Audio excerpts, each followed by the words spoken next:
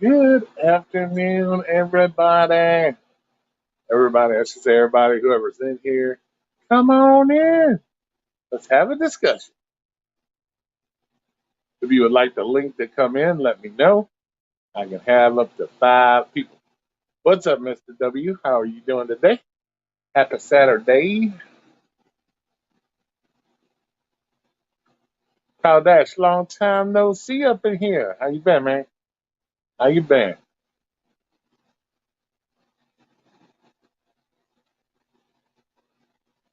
If anybody wants to come in, let me know. Just be respectful of others.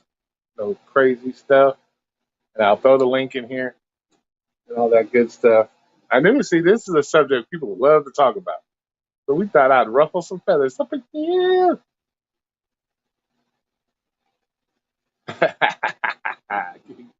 Yeah, good job. Oh, man, babies. Yeah. That's good to hear, man. Good to hear. How's the new car running? Everything good, I hope. I'm pissed I didn't get no $20 plus order yet. I had my apps on for 5.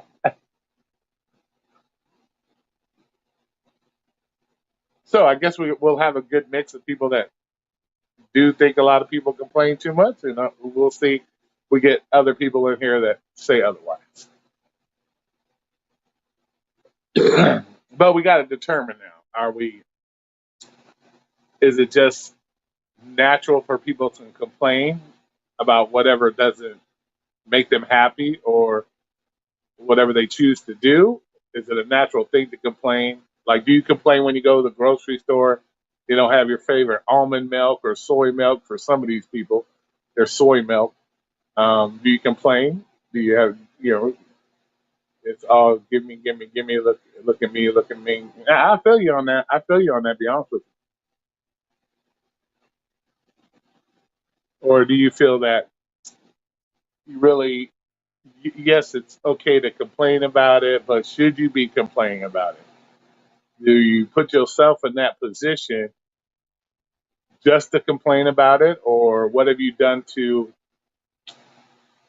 how should I say, limit the amounts of complaining you're doing? What are you limiting? What are you doing to limit that? So there's a lot of good things. We'll see who else wants to come in.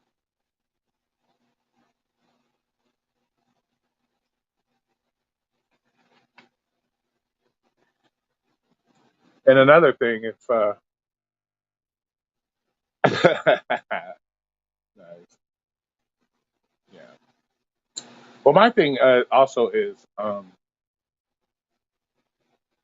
when people do gig work, let's say, depending on what your W-2 job was prior to doing gig work, let's say you were store clerk, retail clerk, whatever the case may be. What were you making? 10, 12, $15 an hour? If you're making upwards of 30 to $40 an hour now, why would you have anything to complain about? You're making double, triple what you were making before, so why would you have anything to complain about? You know,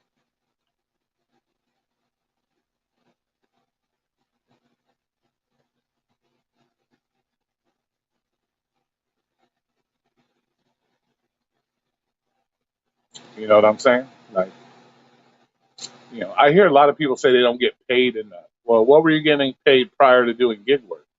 Are you making more than what you were making prior to gig work?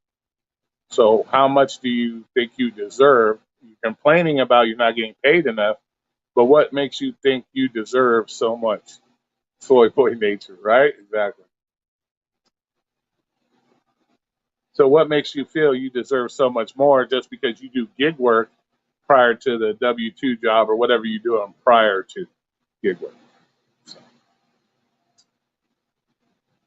Because I can't see you complaining you're not making enough money if you're making double, triple your salary from before to what you're doing now. So,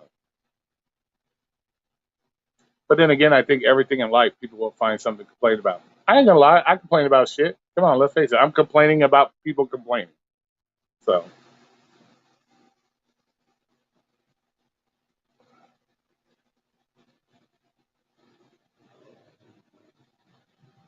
so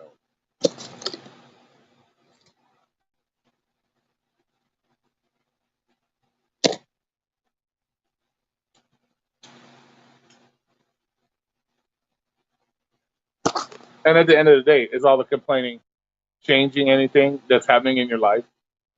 Like, wouldn't you find something rather to do than to complain about shit? Like,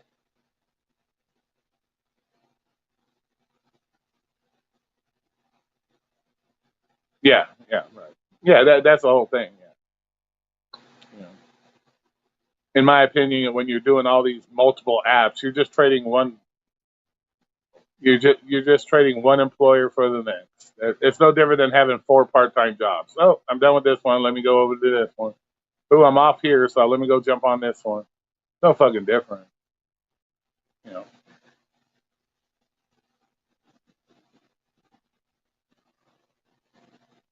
Ivan, what's up? Do you think it's a small majority that complains but are the most vocal? Do I think it's a small?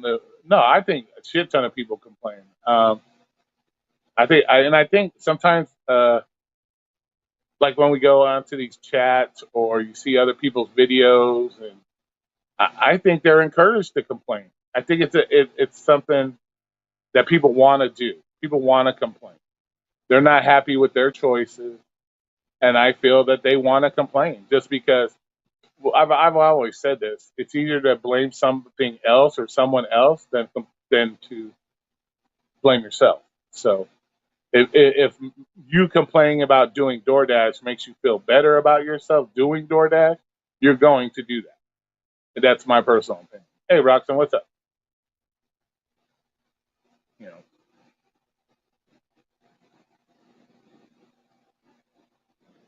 in my personal way, the more and more you complain, the louder you complain, you're just seeking attention. That's my personal opinion as well. Like you said, you complain to get likes. You're just trying to get people's attention. You want people's attention. You want people to feel sorry for you for doing your personal choices.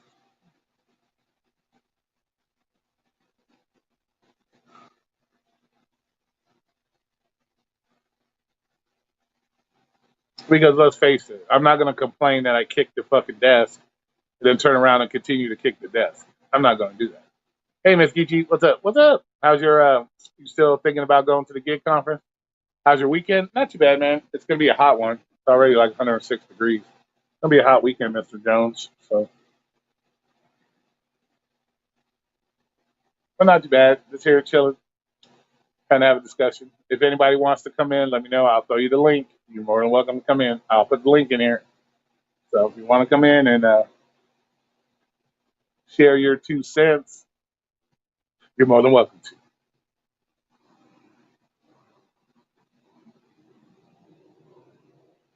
Still thinking about going to the gig conference this Geechee?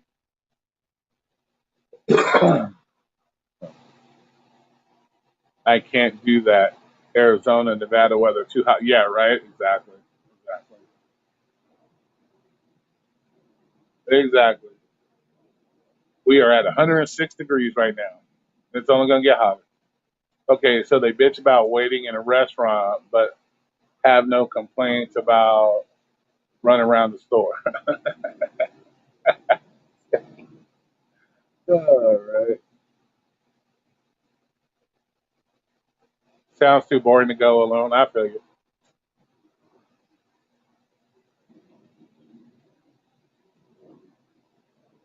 Well, my thing is, why would you even bitch about waiting in a restaurant? That's the kind of shit I'm talking about. Why are you complaining about waiting in a restaurant? What do you think that they see? Roy is the driver, so they think, oh my god, I better have Roy's food ready because he's so special. Like you're dealing with restaurants, you're dealing with shit like that. So why would you even bitch and complain about it? Part of the job. They're not going to have your food ready every fucking time. It's something to be expected. So why complain about it? Why? It's an unnecessary complaint. You know. And a lot of times, the ones that are complaining about having to wait at the restaurant, they already know these restaurants. They've taken orders before from these restaurants and have waited at these restaurants before. So instead of complaining about having to wait at that restaurant, why don't you just not take orders from them? You know,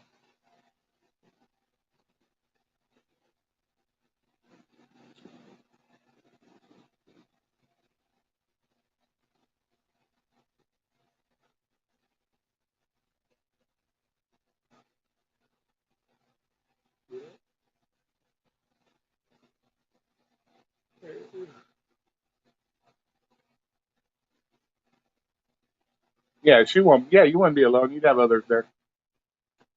I don't know how well you get along with some of those people in there though. 'Cause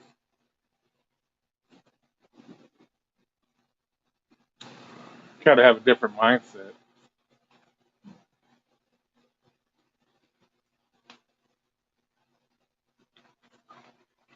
I just think it's a lot of money to spend for a 1 day event, and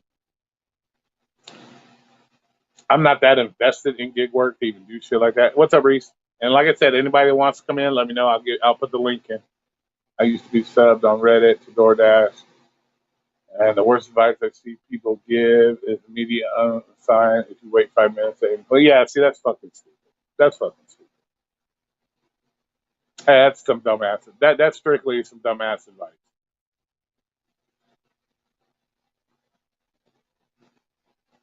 Yeah, that's just dumb. Double apping this afternoon. Nice, nice. Hey, what's up, Peaches? Still nothing new. Yeah, I feel you. Yeah, they do. But yeah, yeah, that is some dumbass advice. Because, like I said, it's like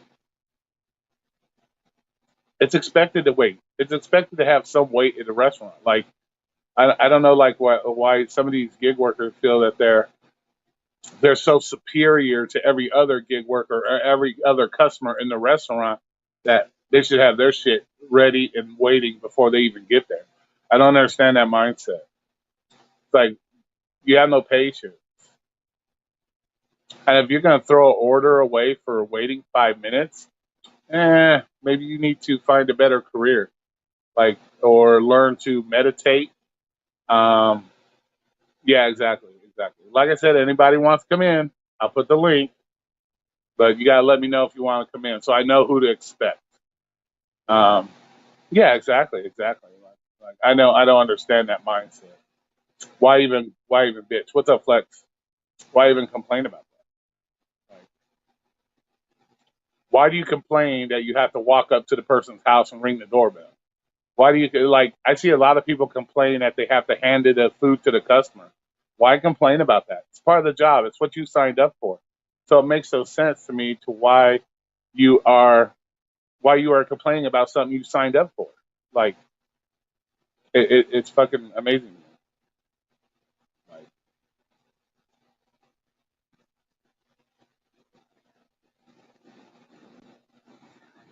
or I see a lot of people complaining about PAR not working. Okay, PAR never guaranteed you they were going to be around forever, and shit happened. You know. So now you got people that complain, oh, I used to use Power, but I don't now because it's all glitchy and it doesn't work right, blah, blah, blah. It's like, okay, bitch, what were you doing prior to Power? What were you doing before Power? It's fucking ridiculous, you know. But the shit, see that, and that's the thing. A lot of the things people complain about are shit that's normal that comes with doing the job. You know what I'm saying? That's like me, bitch. Well, I do, but and I'm sure y'all have heard it sometimes. But yeah, I bitch about traffic, but it's one of those things you're going to run into. You know, if you pick a driving job, it doesn't make much sense to complain about traffic. Well, that's the job you chose to drive in traffic. So why constantly complain about it? So that's why I'm saying, do people just complain to complain, or is it just in our nature to complain about anything that doesn't roll our way when we want it to? You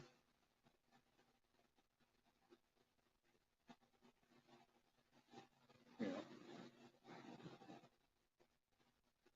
you know.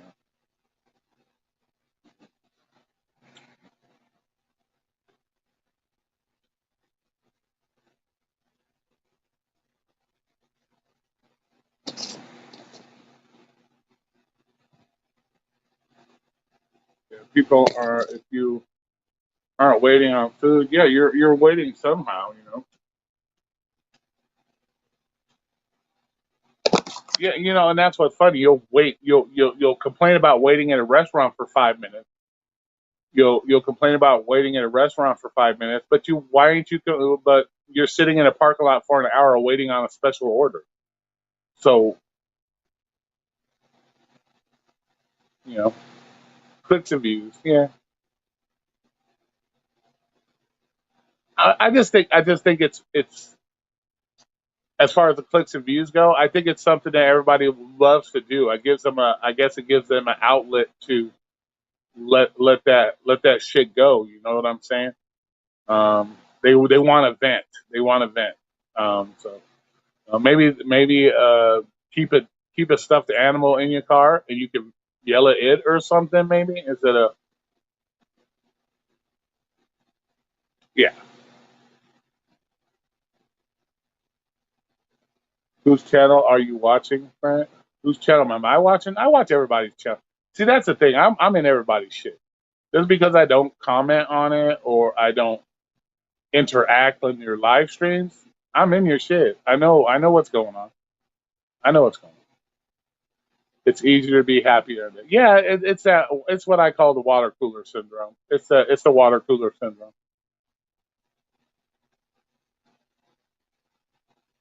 No shit.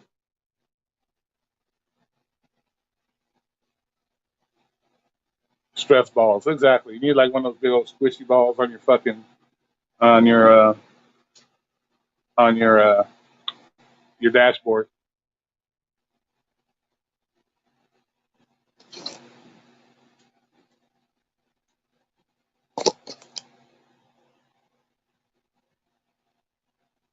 Bad drivers complain. You think so? You think it's only bad drivers that complain? You don't have any complaints, Mr. Anderson. When you're out working, you have no complaints.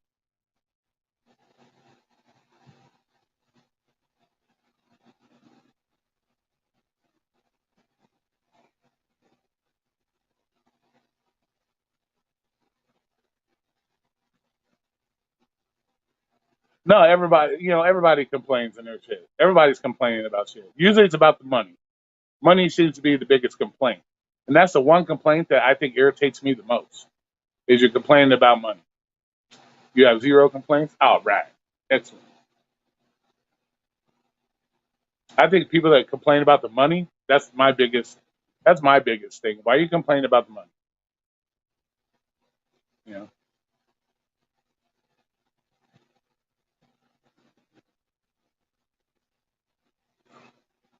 everyone complains, bad drivers complain about the wrong thing. Yeah, that's what I'm saying. Everybody complains. So is it just normal? So can we just chalk it up to being humans and we're never satisfied with no matter what's going on in our lives that we have to do we or put it this way, do people purposely go out of their way to find something to complain about instead of looking at the positive issues? Let's put it that way.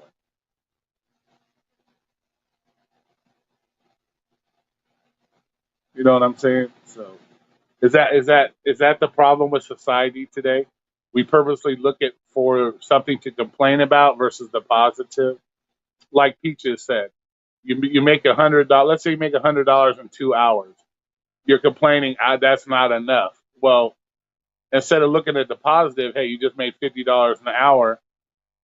You're complaining that it's not enough. So is that normal for human beings to do that? To look for something to complain at versus the positives? Has society gotten so bad that you only look forward to talking about negative shit all the time, nothing positive?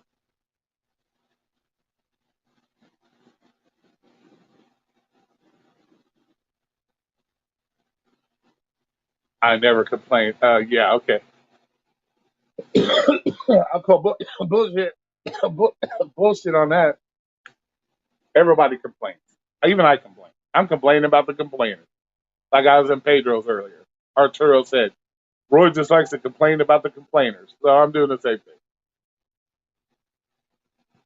Yeah. Okay. Yeah, it's part of human nature, you know, to just find something to complain about. Like our two. Let's see. Okay. Janexa, how you doing? Western human beings love to complain about anything. I think this is the first time I've seen you in my room. Thanks for coming in. I appreciate you. Um, appreciate you coming in. And yeah, human beings. Yeah, exactly. They can never be happy. They're never.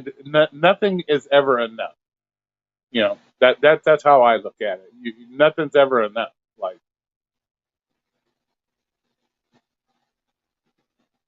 let me tell you something. The one person in here the most is Flex. Not in here the most as far as this, but he works constantly 12 hours every day. He makes some days he makes $100. Some day he makes $500. But you rarely, if ever, if never, have you heard him complain about only making $100 versus the day before when he made $500. So, that goes to show you that there are people out here that go out and do this job and they don't complain. They go out, they just do their job, they get what they get, and they're satisfied with it and happy with it. Whereas you got other people, they're going out, they're making this much, they have one bad day, and oh my God, DoorDash is the worst fucking place ever to work for. Why am I doing this? Oh my God, DoorDash doesn't like me. They're screwing me over, blah, blah. You hear shit like that. I'm like, oh, you're fine, you're fine. You're never late. It's all good. You ready to complain? Okay, good. Well, yeah, when your hemorrhoids fucking flare up, that's for damn sure. Because you're sitting on your ass all day. You got to get off your ass all day.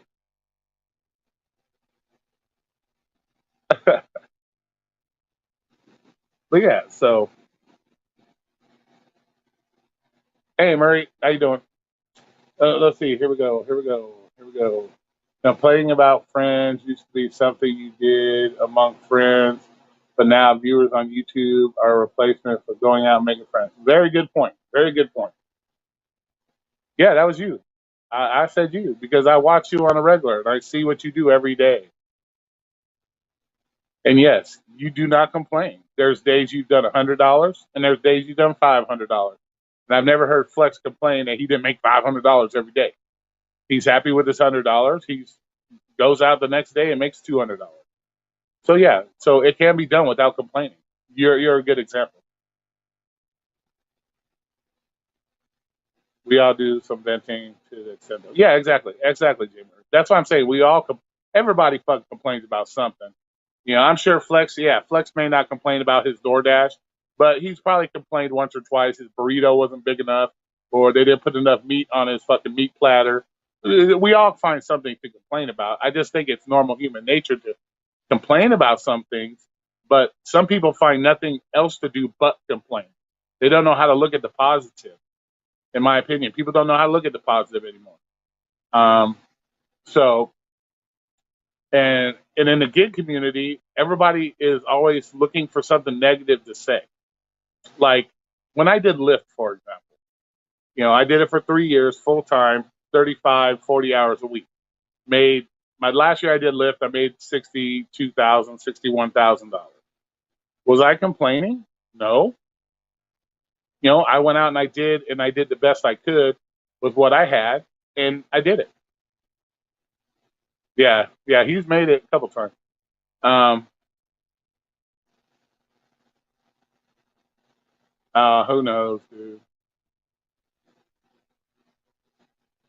Yeah, and that's another thing we were talking about, Murray. Like some people complain just to get the attention. It's not really something to complain about. It's they're getting the attention. That's what they want. They want people's attention. And in that respect, can we blame them? Can we blame them for needing attention?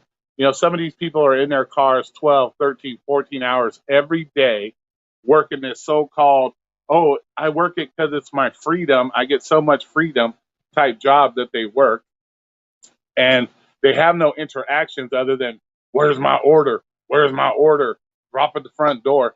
So is it something that, like I said, it gives them a way to vent out their frustrations because they don't have a life outside of drop off and pickup, so they have to find somebody, or is it because everybody's so like minded in this industry that hey, everybody's going to complain? I'm going to complain too, even though I made $400 today. I'm going to complain that I had one bad order and I tripped on the sidewalk. So just to fit in with everybody else.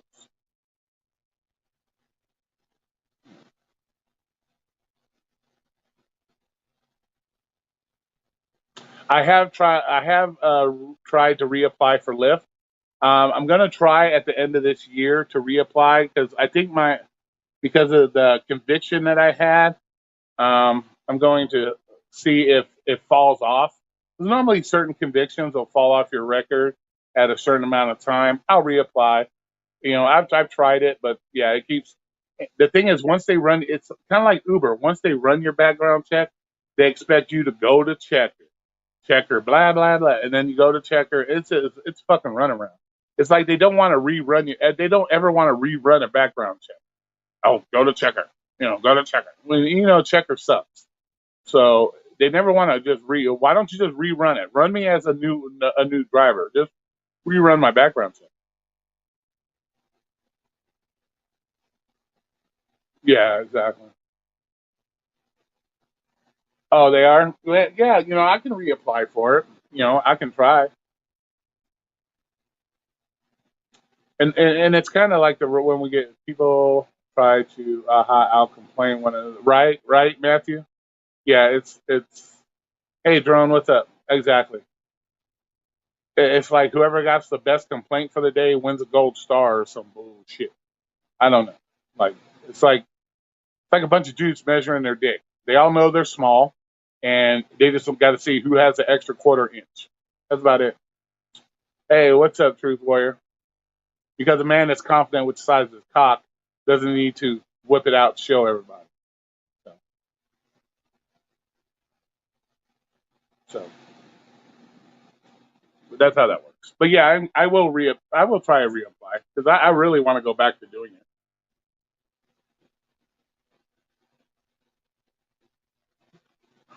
I know a lot of people would be like trying to discourage you from doing it. Oh, rideshare is too scary. What's up, freestyle? How you doing?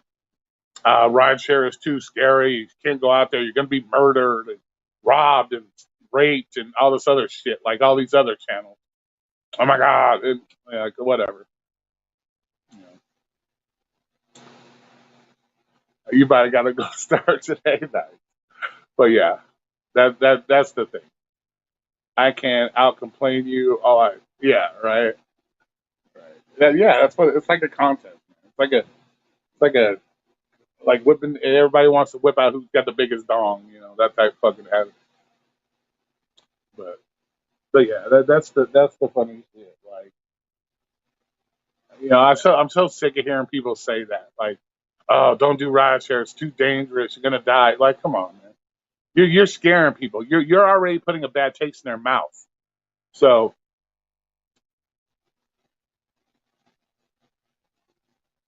yeah, well, look at it this way. Look at it this way, Murray. Look at female, and I'm not dogging female. I'm not dogging. I'm not a female hater. But 90% of the people on TikTok, titties and ass. They're doing it for attention. That's what the world revolves around now. Because, like I said, guys, like when I was younger, I learned a long time ago. My cock is not going to fall off if I don't use it. I learned that a long time ago. But you got these guys out here that feel like if they don't use it or this or that, that they're not a man. It's like so. That's why you see so much tits and ass because it sells. No, I didn't see his video. Yeah, I got a bone to pick with Omer anyway. I guess. But yeah, so it to me it's like it's all about tits and ass. And if you got the tits and ass to show it, and that's what sells, show it. You know, would I be a hypocrite or would I like if I had let's say I had the six pack, the big fucking guns, and would I probably be on TikTok fucking flexing my shit? I probably would be. I'd be on YouTube doing the same shit. Let's fucking be honest. If you have something or a trait that people are into, why not fucking put it out there to get it's when you have to use it as a dopamine fix that it becomes a problem. It's like me. I come on here.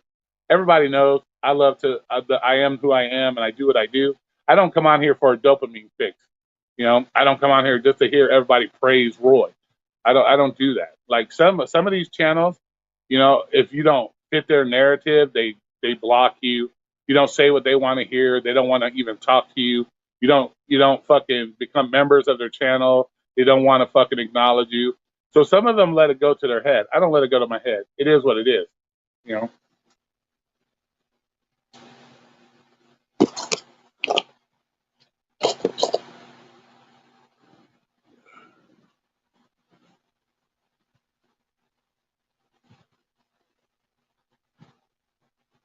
they just passed a $1 trillion tax.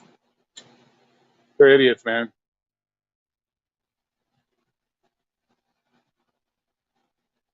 If you were about showing it, you'd already be a member of the team. No shirt. No, dude. People don't come on here to see my nips. They don't come on here to see my nipples. Sorry. That sounds like Clubhouse Roy. I've been kicked out of rooms. Oh yeah, dude. You know me, bro. That's why most channels I have a wrench on their channel. That's because the minute somebody sees my name, they block me instantly. They'll block me. They just don't like me. That's why if I went to this gig, I'd have to have like Miss Geechee on my back. I'd have to have some of y'all watching my back because motherfuckers probably be over there trying to shank a motherfucker. Like, oh, that's that Roy guy, huh? Let's go shank that bitch. They be trying to shank a motherfucker. You know,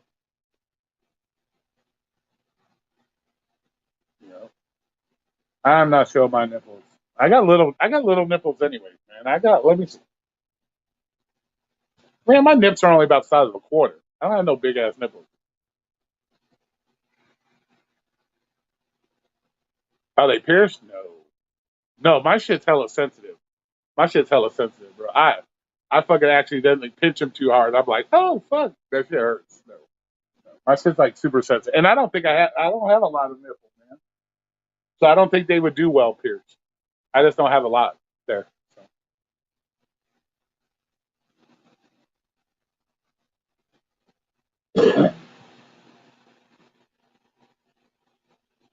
so.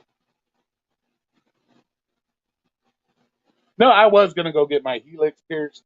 I haven't decided yet. I don't know yet. Do I really need any more piercing? What's up, Monroe? Long time no see, Monroe. How you doing? 1 trillion tax hike on small businesses. Yeah, that's a good way to blow it up. Good way to ruin our economy some more. Dude, my nips are super sensitive, man.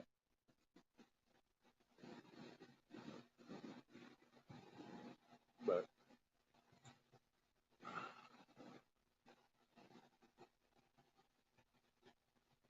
so,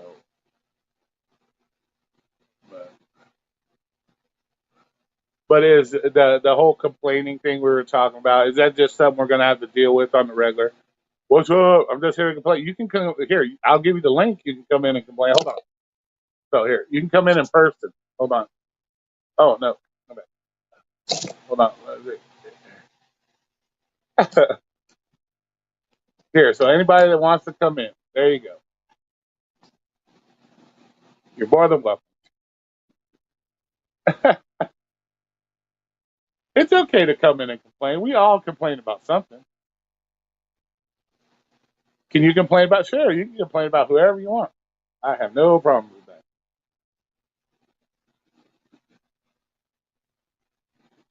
I have no problem with that whatsoever. I think complaining is part of nature, but the thing is, my thing is, complaining. Yes, complaining is part of nature, but what are you doing to fix the issues you complain about? Are you doing anything to fix those complaints? Like that's the whole basis of growing as an adult.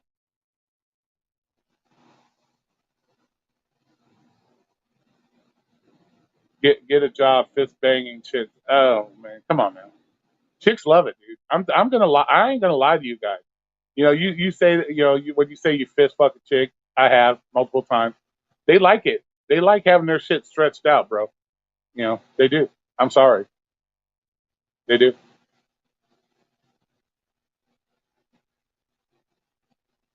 You complain about the critters. Well, trust me, bro. I ate the cricket one time, and it's not that delicious. So they can eat all the crickets they want. Those crickets were nasty. I ate that one time. That shit was nasty. I know. I got to feed them all tomorrow. Got to go to the store, get some cricket food, get some food for the, the critters. But the link's in there if anybody wants to join. Oh yeah, stir fry it. No, I'm not. I'm not putting any hot sauce on them. Fuck that. This is the size of a bowling ball. Oh my goodness, it's not that big. There's a method to doing it too.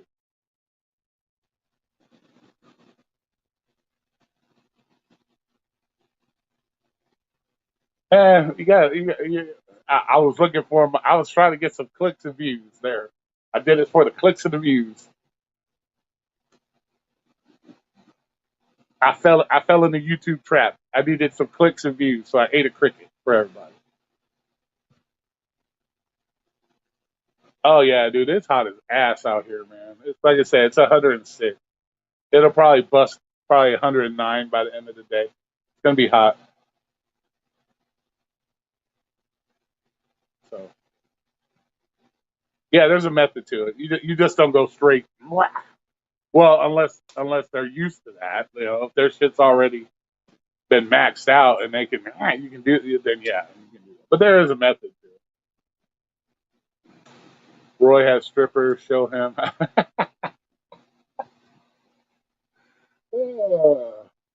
No, but there are certain websites you can watch that will demonstrate that for you. You know what I mean?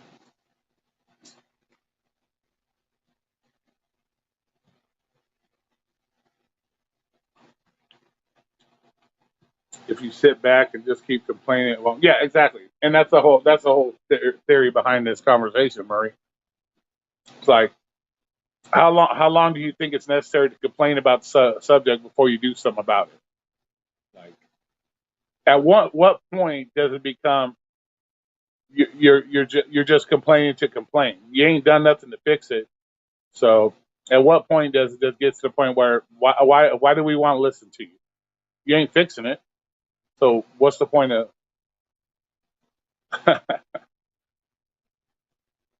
No, I'm not doing that. No. I don't have an assistant to do that with. But um, but yeah, at one point is too much. You know, yeah, bad news. I do tutorial. Yeah, petite hands. Then it'd be okay for you.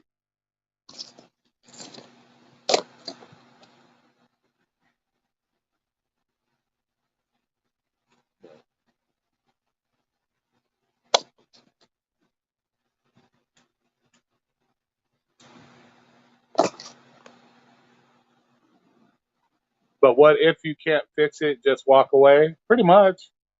Pretty much. You know. Yeah. If it's a constant pain in your ass every day or a thorn in your side every day, and yeah, why? In order to live a better life, would it be easier to hold on to it and have that thorn in your side every day, or pluck the thorn out your side? So yeah, if it's you know, it's kind of like me. I had a wake up call with the doctors. I knew I needed to lose weight. I know I was gaining the weight. I knew my health was being affected. I chose not to do it. I got a wake up call. One day I said, "Fuck it, I'm gonna do it. I'm not. I don't want to live off medications the rest of my life. I'm gonna fucking do it." And that's what I did. So yeah, it's easier to pull the thorn out than to live with the thorn in your side every day. And it is what it is.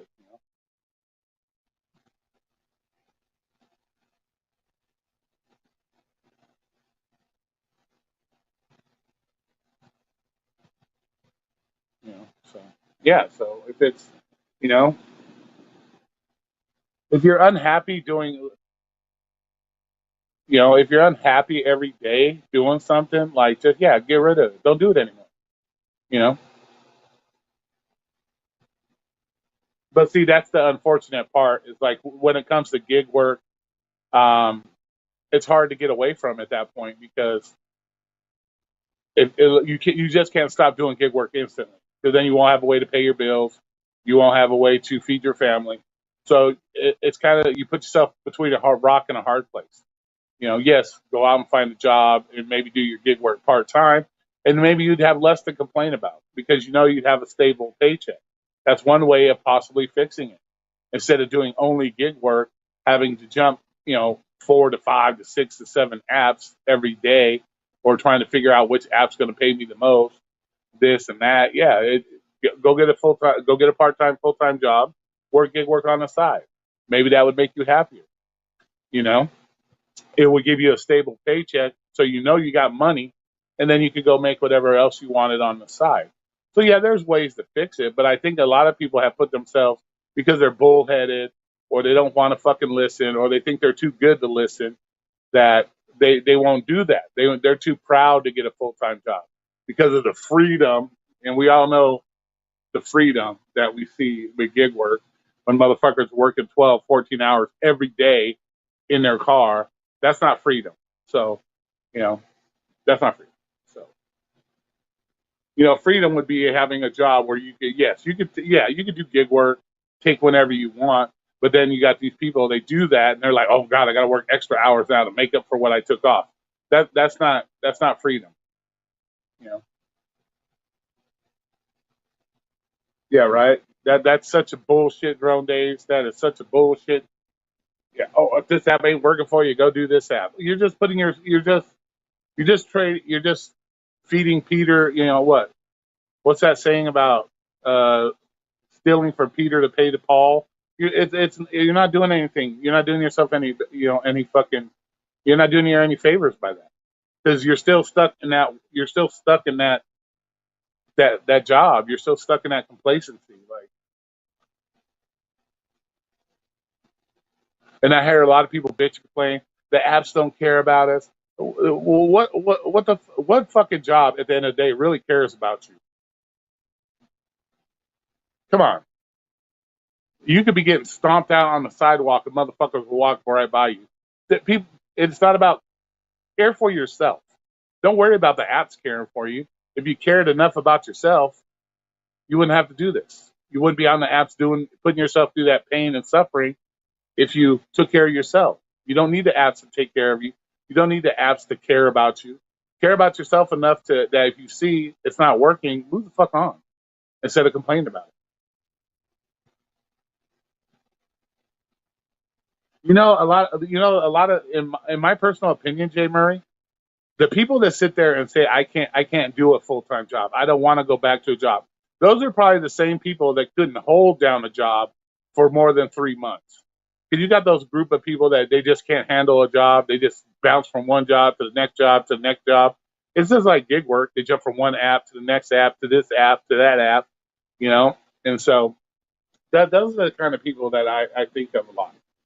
Like those people that actually come out and say that, oh, I could never work a W-2 anymore, blah blah blah. I think it's because they're unable to work a W-2. Um, you know,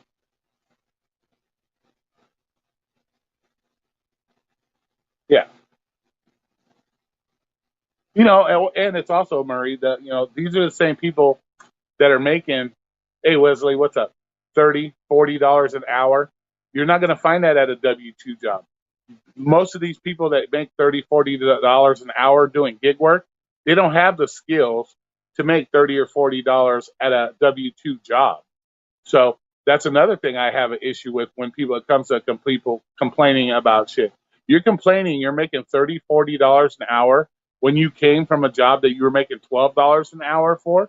So why are you complaining about that? Why are you complaining that $40 an hour isn't enough when you were making $12 an hour before?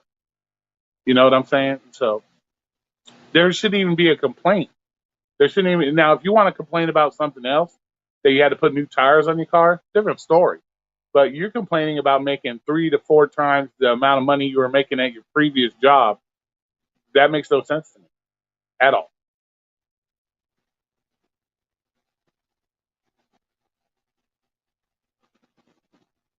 And at the end of the day, you're complaining you're not making enough money.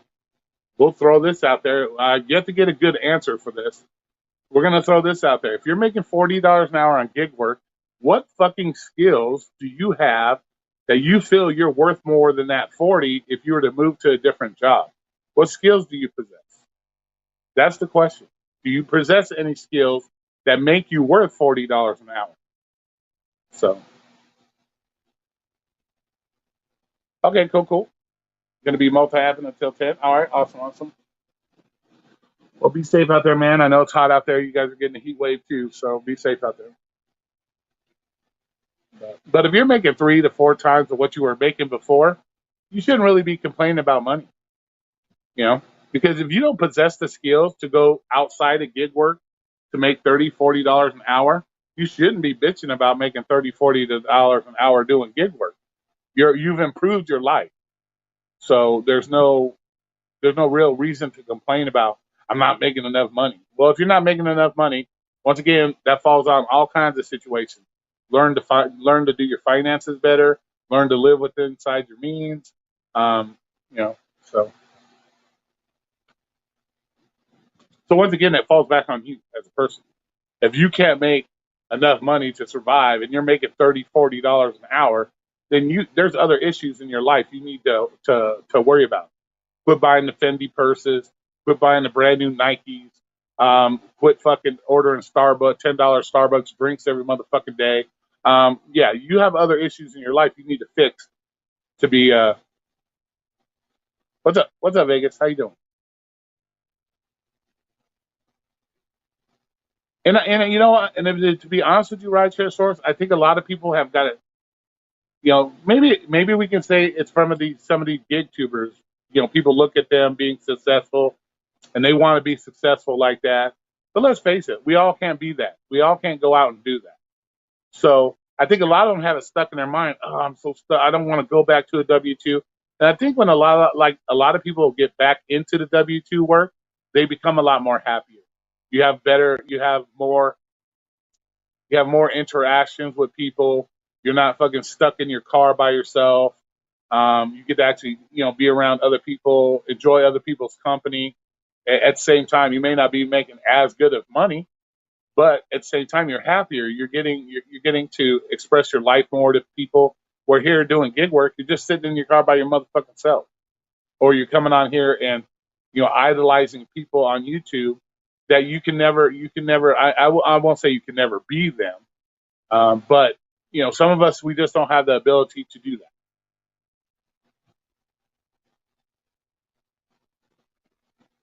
You know, 50 $10 coffee is my God given right. Yeah, if you want to. Hey, I have no problem with anybody spending $10, $12 on their coffee. If you can, hey Aaron, goddamn, long time no see. Hey, thanks, man. Um, I have no problem with you buying your $10, $12 coffee, as long as you can afford it. As long as it doesn't, come in between feeding your family, living your lifestyle. If $10 a day coffee fits within your financial means, fucking go for it. I smoke cigarettes and I drink fucking soda all day. I drink some water, just in case some of you want to know.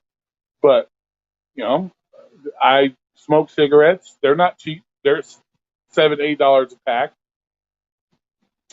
I I go without certain things to be able to buy certain things. So,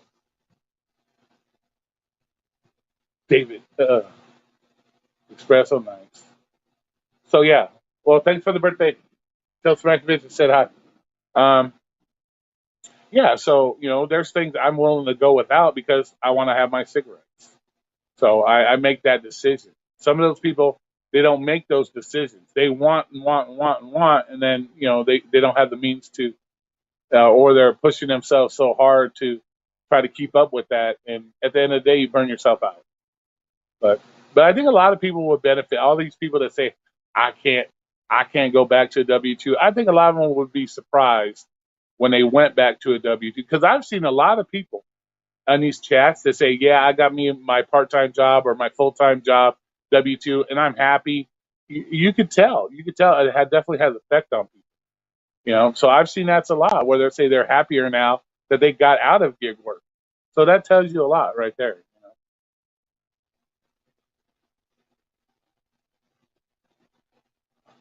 you know. So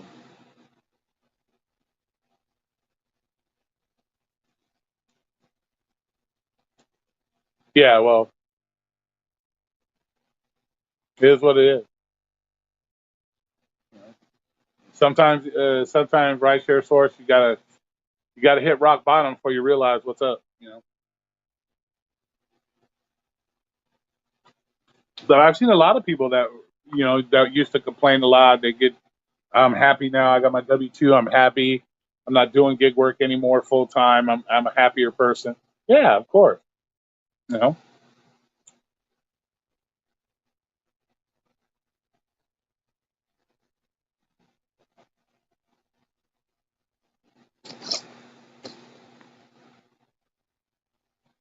So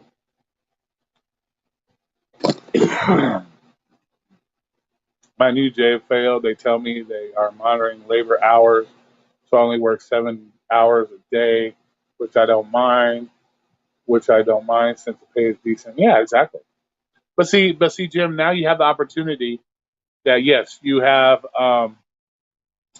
your 7 hours job, and if you want to go work an extra 3 hours driving, dropping off deliveries, doing ride share, you have that option now. So so you got the benefits and the security of a job, and you can make any extra you want on the side and still be a happy person. You know.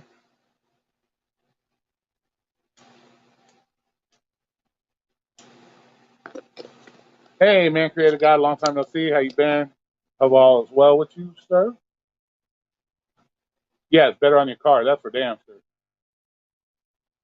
My boss knows I'm getting ready to bail, and she's been kissing your ass, not changing my course of action. My expiration date has already happened, and I'm about done there. Yeah, exactly. And that's good for you. That's good for you, truth warrior. You know, she can kiss your ass all you want. You have a plan. You have goals, and don't let any, like I said, give zero fucks what people think. You know? Yeah, he probably wasn't homeless. Wouldn't have had a fucking stroke. Yeah, there's all kinds of things. Yeah, you look back on the way he was living. Yeah, nice, nice, good, good.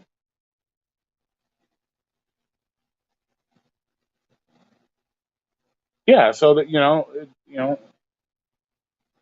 okay, even if okay, let's say you're making $40 an hour doing gig work. Let's say you just get a part-time W-2. If you want to make most of your money doing gig work, that's fine. Then keep there's ways of doing it. Like keep your part-time job for your fucking benefits or for health insurance or whatever the case may be. You can work a 4 hour a day part-time job, have some benefits, get a little bit of retirement in there if they offer it, and then you can go do your gig work the rest of the day if you want. But you always have that little bit of security with the W-2 job, and I don't think a lot of people tend to push that on to people. It's all about make as much as you can, make as much as you can, make as much as you can. No, find a way to have something like off to the side. Everybody talks about passive income. Working a 4 hour a day part time job is no different than having some passive income at the end of the day. Use it for whatever you need, retirement money, um, extra gas money, but you always know you're just going to have that paycheck at the end of the week.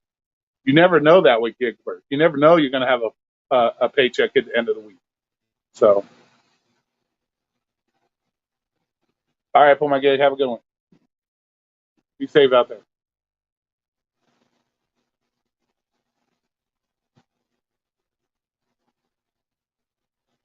Yeah, exactly. Exactly.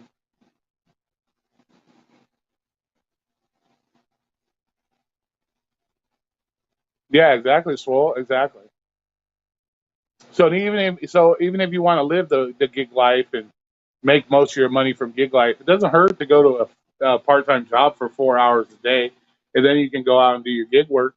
At least, like I said, you have that little bit of security there that if you get deactivated from the app, let's say you start the part time job, you're doing 4 hours a day, you go out do your gig work, you get deactivated. At least you get look. You can increase you're already in the door at a W-2 job. You can increase your hours. You can there's always a benefit to having a W-2. I just don't think a lot of people push that enough.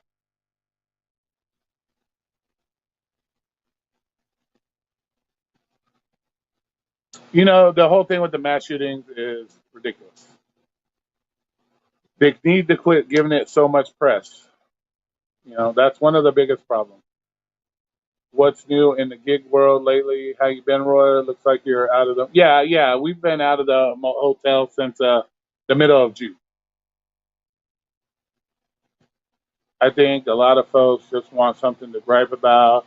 If you aren't happy, move on and find happy. Exactly, Dash and Grandpa. That's my whole thing. Like, what do you? It's like as much as I see all the griping and complaining, it really ask them, what have you done to fix it? What have you done to fix it? You know,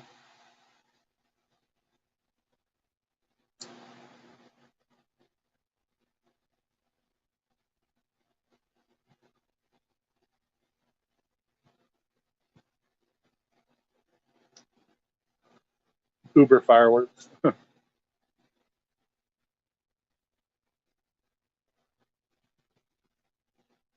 Yeah, exactly. Well, that's happening right now, Murray. So there are just some markets out there that you can't succeed in like some of these other places. You know.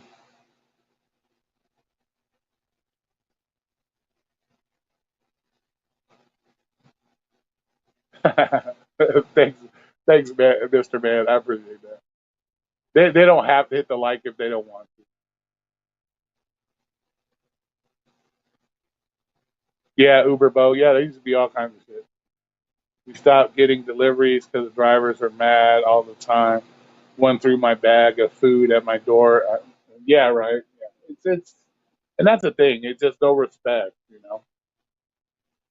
But then again, as gig content creators, we shouldn't be. We shouldn't. I'm not gonna say me because I don't do the shit. We shouldn't tell people that they should be expected to get this much money. You deserve this much money. You shouldn't tell people that. In my personal opinion, quit telling people that. That you're not doing them a service. You're not helping the situation. You know, if you want to live the no tip no trip situation, more power to you. But don't try to push it on to other people because you're giving people this fucked up mindset that I deserve the millions, and then you get situations like Dwayne's got motherfuckers throwing his food. Yeah, so yeah, I don't believe more gig contract. We need to tell people don't expect this. You're not guaranteed this shit. But I see a lot of people doing that. More emphasis need to be put on that shit. You know.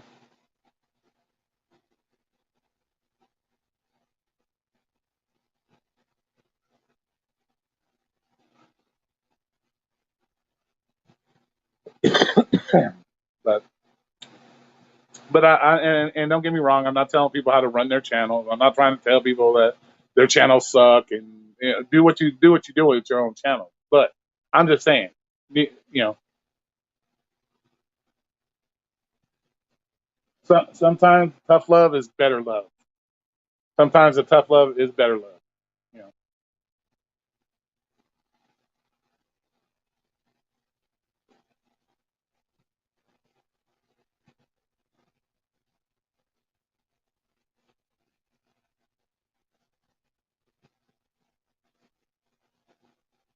Yeah, exactly right, Share Source. You're gonna probably get. I would go a little bit higher. Maybe 5% are going to be super successful with it. And when something and you can't base your ability or success on other people's markets. You can't do that. You can't go to Pedro's channel and say, "Oh, he makes this much every day. I can do the same." But no, you can't. There are just some markets it can be done, and people need to wake up to that reality. Some people watch these channels and they assume, this is gig work. This is what I expect. No,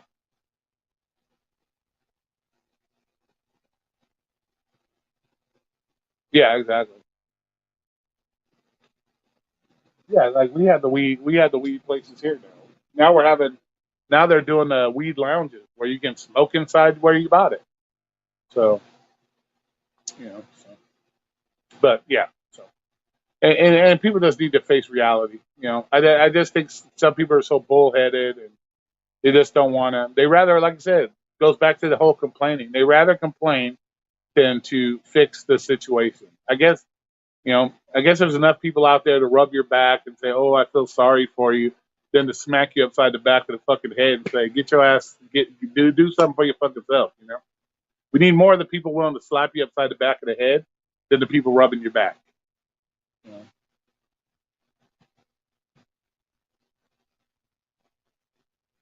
I wonder, can you do? No, you can't just do that. Yeah, exactly, Jones. Exactly, Mr. Jones.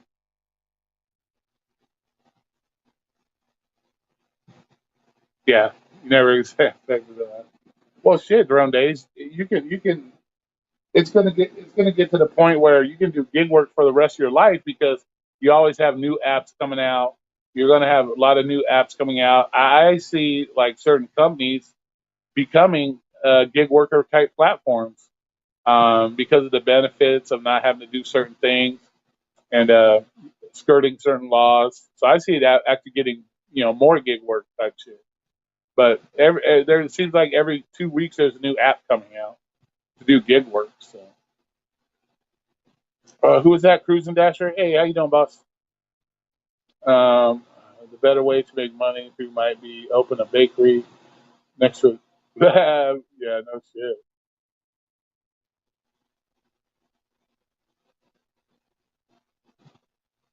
Making videos telling people to go get your own food. Well, they went and got their own food, and gig workers going to get more. Yeah, yeah, exactly. And a lot of people got don't take into account that our fucking society, our like economy right now is going down the fucking toilet. It's seriously going down the toilet. So yeah, it's going to get worse and worse, and the more the economy goes down the fucking toilet, gig work ain't going to get any better. You know, the way I look at it, most gig apps are disposable income. People with disposable income.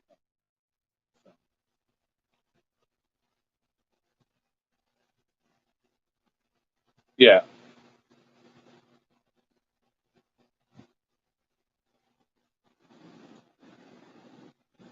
So yeah. So the worse the economy gets, the worse gig shit's going to get.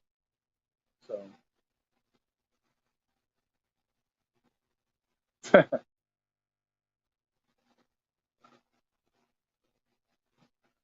yeah, right, Dwayne.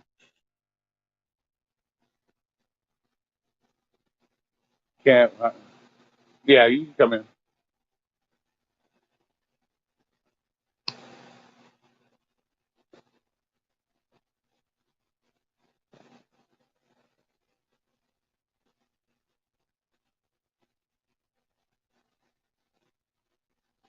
Damn, dude, that's crazy.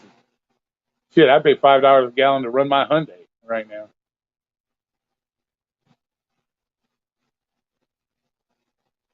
Shit, I pay $5 a gallon just to run the Hyundai, bro.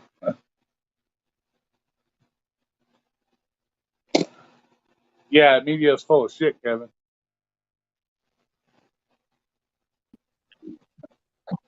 Media is full of shit.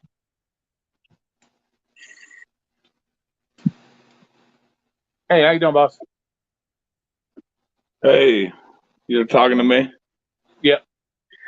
Good to see you back, by the way. I mean, I know you've been doing your critter corner, but I stopped watching that a little bit ago.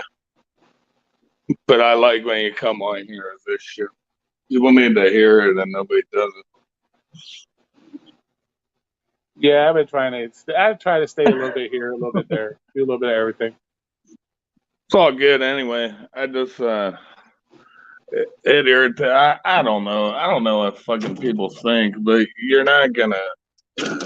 Everybody complains all the time. I agree with you. Mr. Flex he's a champ. He takes it in the ass when he does, and he makes his money when he does. Doesn't complain. But he's also that guy who works like you're talking about. Yeah. Do you want to work 80 hours a week? Yeah. But what's really freedom? That was my one comment. Is there is none in capitalism for the most True. part, unless you're on the top W-2 1099. I like my options with the 1099. I'm not going back to a W-2 right now because I don't want to. I don't feel like working for people, but I get it done when I want to, and it's tough work. And I think people expect something to be handed to you. And I don't understand that. This shit's not. I mean, you're getting paid. Yeah. I'm Well, not gonna just get handed money. well, that's because people have been raised in this entitlement society that, mommy and daddy gave me everything, so I expect everybody else to give me everything. That's where a lot of that shit comes from. But I'm not working today because fucking goddamn. Every time I go visit my family, I get a COVID threat.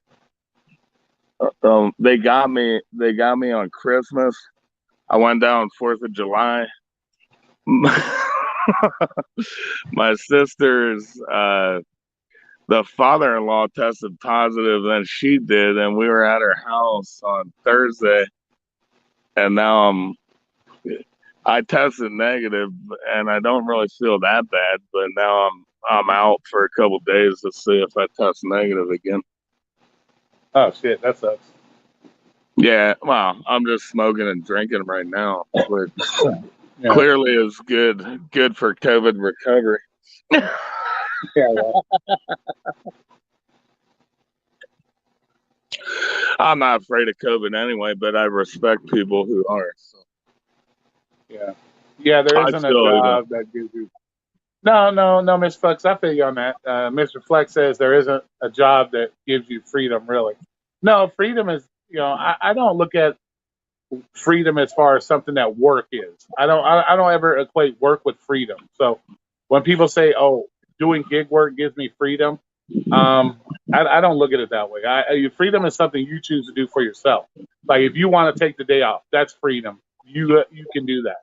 But from what I see, what I continually see on these people is these people are working seven days a week. That's not freedom. I don't give a fuck if you can take an hour off to go jerk yourself off in the corner. Okay, you're still working 7 days a week to maintain your financial situation. That's not freedom to me. Just because you can turn off the app, jerk off, and then turn it back on, that's not freedom to me. Because I can go in the bathroom, take a 15-minute break, and jerk off at my work. So so a lot of that shit is I don't know. Like, But that's what you want out of life. Like people need to. I don't know. I'm not a very materialistic person, so I have a structure of what my needs are may not equate to someone else, yeah, and I can accomplish them on gig work, or I can yeah, make more money. Honestly, I fucking went to school a long time for something I can't use. I intended to get a doctorate, but I have my master's is in biological anthropology. yeah, It's not really something that you can get some kind of big time job. I intended to be a research professor, but the honestly, academia is not what people think. There's a lot of politics involved in that as well. And I'm disillusioned at the moment as to anyone in charge of me. So I prefer to do the gig work right now. I just don't want to work for anybody. yeah. Well, I think And politics is wrapped up in everything right now. Doesn't matter what you do. Politics is wrapped up in everything right now. oh no, it's So, all fucked up. And I see I know Yo, you lean more right wing than me, all but I right. don't So disagree with a lot of your things. let's talk Oh, about this freedom there's bullshit Mr. nonsense. All Flex. right. So Roy said he could go and jerk off in the fucking bathroom. Can you go and sleep in the bathroom? I swear to God, we have a manager that does that almost every day. I He's in the, fuck he's the in the manager. bathroom. You're not the manager. You're not the manager. Can you go and sleep? No, but I'll be honest with you. I can't. See, I can't say what I can't do that. I put in my I don't want. I have That's what people I'm from work saying. that watch. I That's have why. people that watch this from work. I can't. People Hold from my on. job watch this stuff, so I got to be careful what I say. So, We but hold definitely on for a love second. your I'll be car right back. too, Mr. Flex. Your fucking cars. I love those Subarus. Thank you, bro. Thank you. No, well, I'm saying you're probably just misrepresenting the freedom fucking word. What they're saying, like they could drop whatever the fuck they're doing and go and do about whatever business that they, what else they want to do. That's the freedom that they're talking about. Like, I want to go and fucking take a nap. I'm gonna go and take a nap. I don't have to worry about me getting fired from somewhere just because I'm sleeping. I want to take a fucking nap. I need a rest. You know.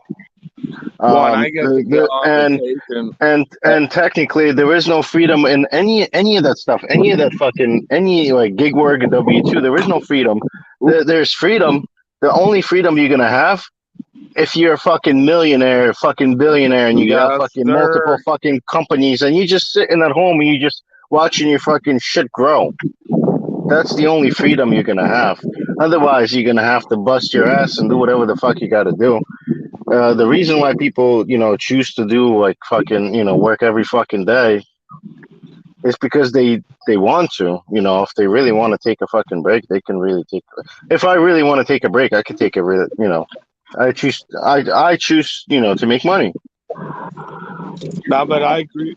I agree with you with that. With like, I can go. So when I was working my W-2, I couldn't. I'm working 12-hour shifts, 6 to 7 days a week because we're all fucked up. Doing this, I can choose to work 30 days in a row, so I take a week off. You know what I Hmm. mean? I've fucking done that too, but it's still a grind. Why people complain so much about the gig work? You look at you, Mr. Flex, you're still doing good. The people who complain Oh, about it because they don't even want to if put I'm in the doing work. even if I'm doing bad, I'm doing good because it's gonna work itself. Eventually I'll still make my money. But Royce does this shit all the time too. It's the reason they're complaining about it is because they think you get something handed to you, like maybe because of these YouTube channels that are like you're gonna make $35 an hour. And I Like, and hey, I always like I always say too. Roy just said it. Like, you're not gonna make the same, because you don't have the same fucking restaurants that I have. You're not receiving exactly. the same orders. You're You only got to gonna know your receive market and even no. know your app. I'm multi And app.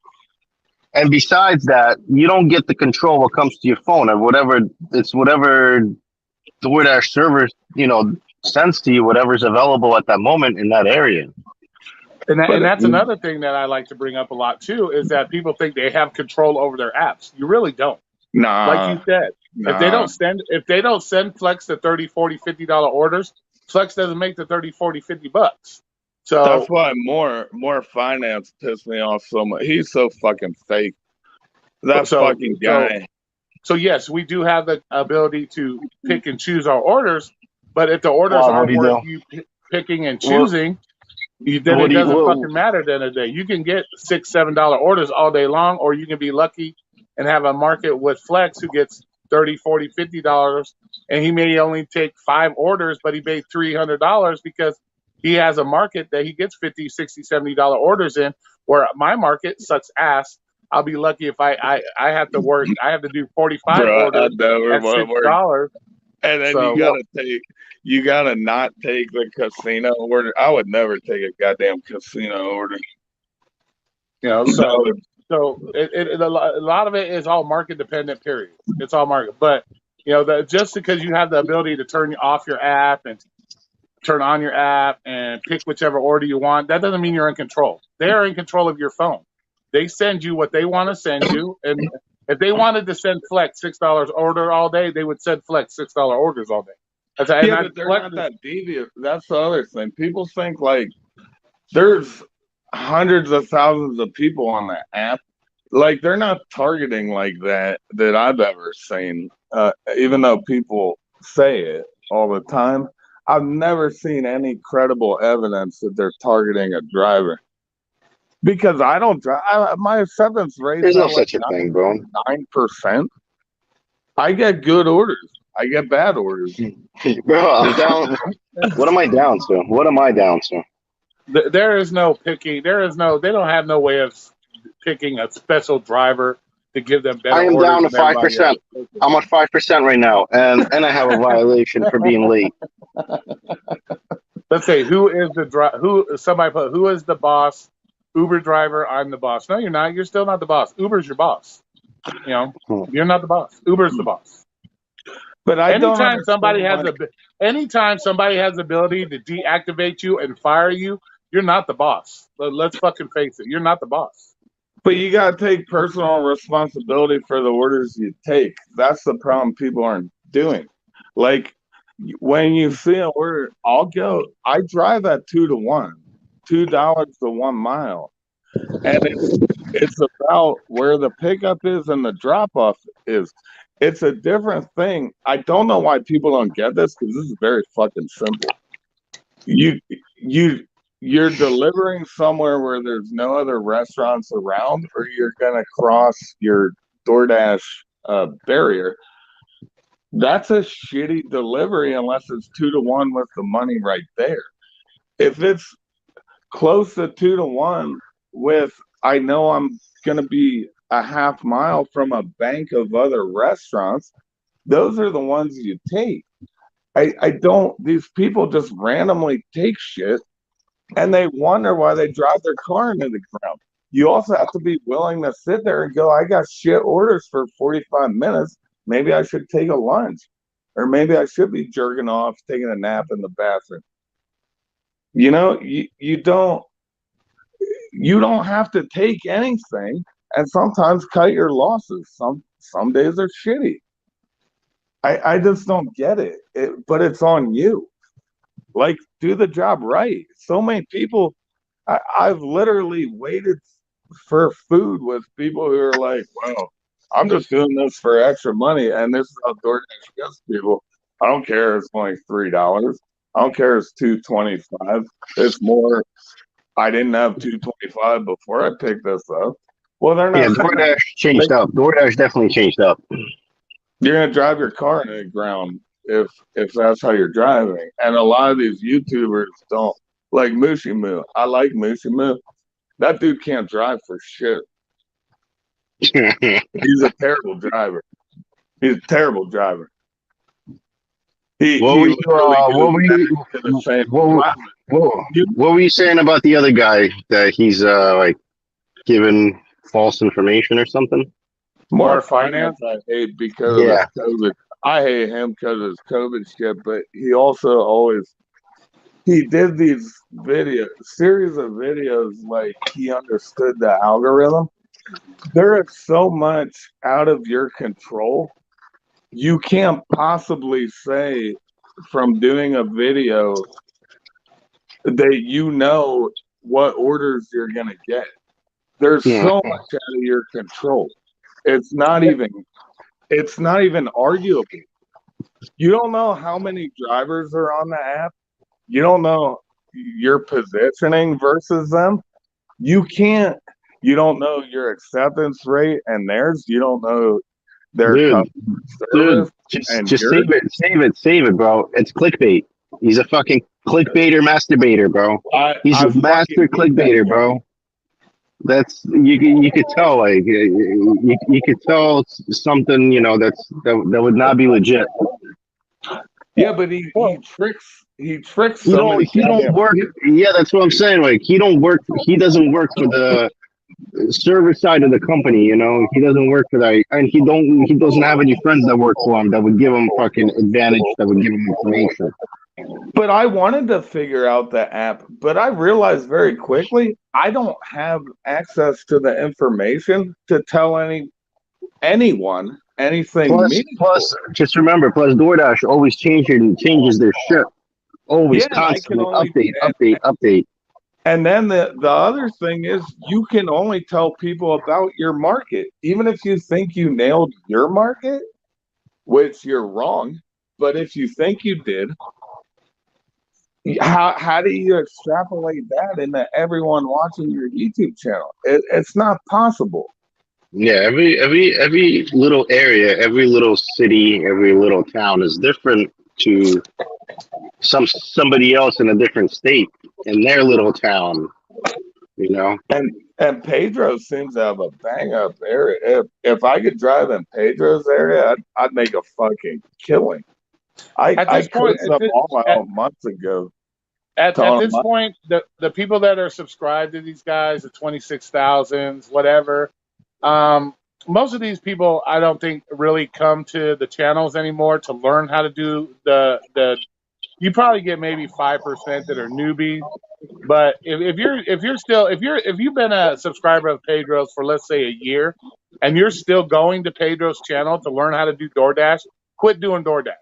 Period. I agree, Quit watching 100%. I anybody's agree. DoorDash channel because if you haven't been able to watch any particular gig YouTube channel, and you've been watching them over a year, and you still have questions about DoorDash or this or that, yeah, go find something else because that's ridiculous to me.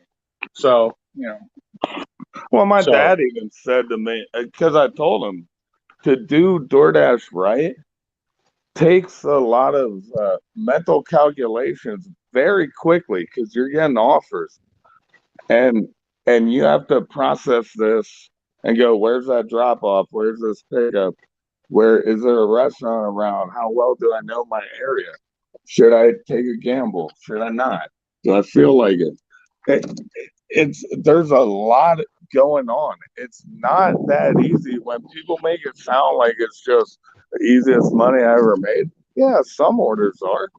I mean, I've gone fucking a mile for $20, but then well anybody that tries to tell you that you got to do the app right, that is so subjective because there are so many factors that come into play when you're working on any app that to sit there and tell people you need to work the app right, that's so too fucking subjective. You can't sit there and because like I said, what works for Flex well, doesn't no, work for me. it's subjective to your area, yes, Exactly. So like I said, what works for Flex doesn't work for me. What works for but you doesn't work for me. I've So never failed. Knowing my area, I've never failed, and I don't think it's stressed enough that it's not easy. Like I'm telling you, you successful DoorDash drivers have skills that not everybody has. And my well, dad, here I got a question for you. Then what do you think makes a successful DoorDash driver? well, you gotta be willing. So what I did when I started, first of all, I watched a bunch of shit on YouTube. Like I got some. I'll actually go here. Bentley Coupe was really helpful. I know to me he's a sellout now, but he had a lot of instructional, informational videos out a year ago, a year and a half, maybe now, that helped me a lot. Um, so I was armed with all this information when I started driving, but then I literally took like every type of order I got at least once just to see how it was. So I took about 2 weeks gathering information because I'm going to use all this to impact what I take in the future and learn what was right and wrong, like how I did well, I didn't, I probably shouldn't take that. And then sometimes I do anyway, even though I know it might have been a bad idea and it works out well.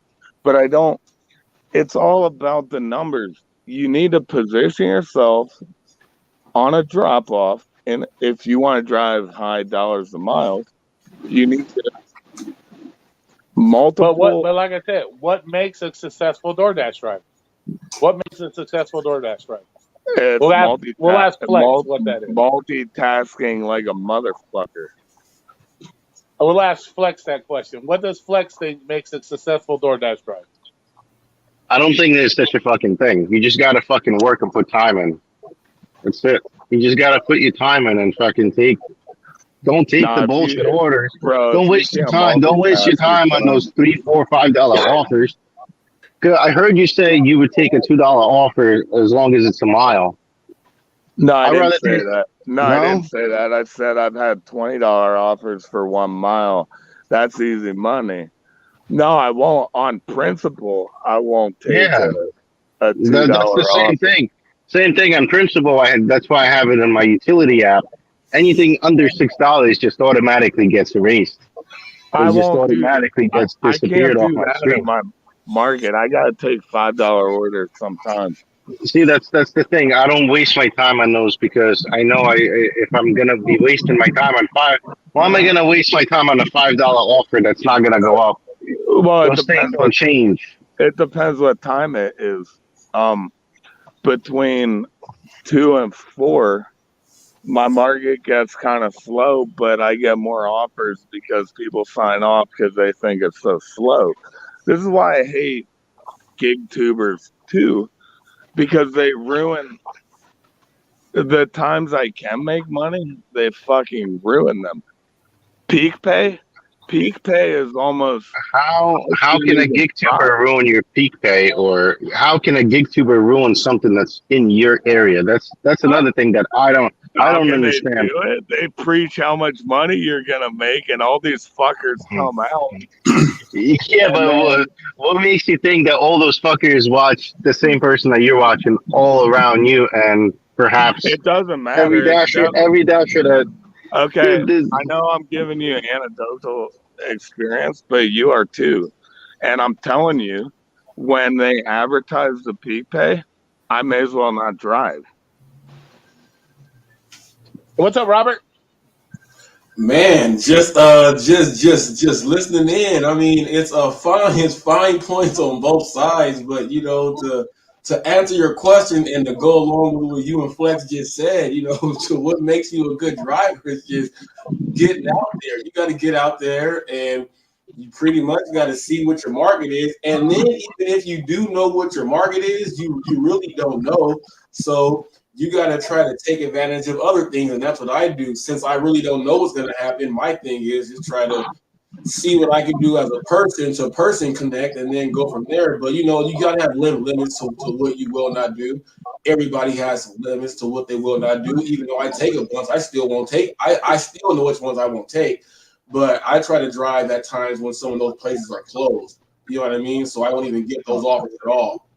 But But what? Okay, but in your opinion, my question: what makes a successful DoorDash driver? How do you measure your success as a DoorDash driver? What is the measurement of success? what's up?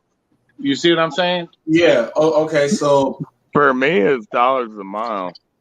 well, dollars to miles is just that's just the aspect of what you're gonna take. You got to think of every single aspect about what makes you an absolutely good driver. Do you accept orders? Do you take them and then try to get to a place and then shut them down? All of these things Nah, that. Yeah, but see, when people do those things and then they they turn them off, they just wasted look, time on trying to make some money. So now you got to do double.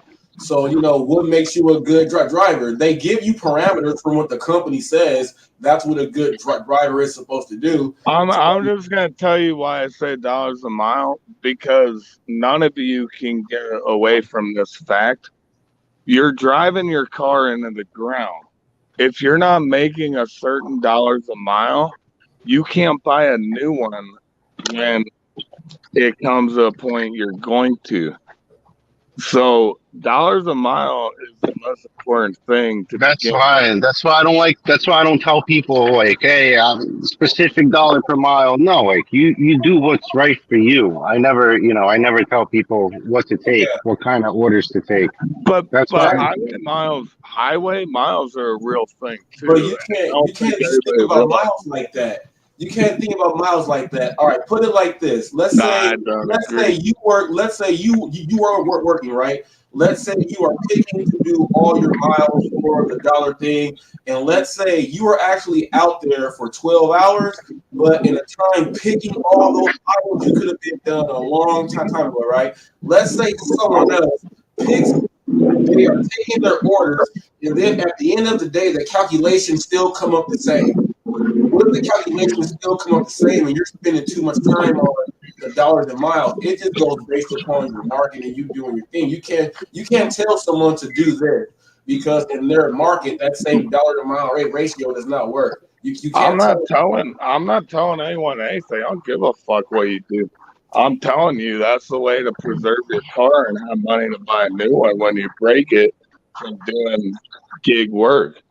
Yeah, well, but to see, preserve your car, you just got to do preventative work on your No, car. because I'll but sit out but there. at the end of the day, whether the dollars to mile has jack shit to do with your ability to buy a car at the end of the day. You chose to do a No, job it that doesn't. you knew you were using your car for. Sooner or later, you're going to either have to repair that car or you're going to have to buy a new car. Yeah, So and if you drive the at dollar too to high mile a ratio, rate, the if dollar to you mile drive ratio at means too dick. high a rate, you're not gonna have the money to replace it. No, you can have The the dollars money and taken. miles don't have no business in being in that. If I took 1 mile orders at $3 all day long, I still made money. Okay, now what I choose to do with that money, whether it's put it in a fund Yeah, for and you'd future be car at purchases or yeah, but repairs, Roy, that $1, 1 mile orders at $3 would put you at like 66%. You wouldn't be that terrible. You'd be Ooh, driving 2 miles for every $3. where do you Like live? that. Actually, Where it'd do be you live? like What's your market? I think you'd be 1.33. Oh wow, this dude is in the math. Where do you live? who? I'm outside of Akron right now. Oh, okay, you're So outside of Akron. All right. I mostly deliver in a Cuyahoga Falls, a suburb of Akron. I go into Akron, but not too deep most of the time. But if I go out in a bumblefuck, my Uber Eats picks up. So sometimes I purposely do that, but it's hit or miss. But But still, I'll wait there. what I say before I got interrupted, whether I take 1 mile for $3 all day long, I'm still making money. So what I choose to do with that money at the end of the day is what's Well, going to I don't live. determine whether or not I'm going to be able to buy a car in the future or not. If you have If your you money set aside, no matter nah what orders you take, you have a nah. money put aside for future car purposes. That's you're going to be able to buy a car.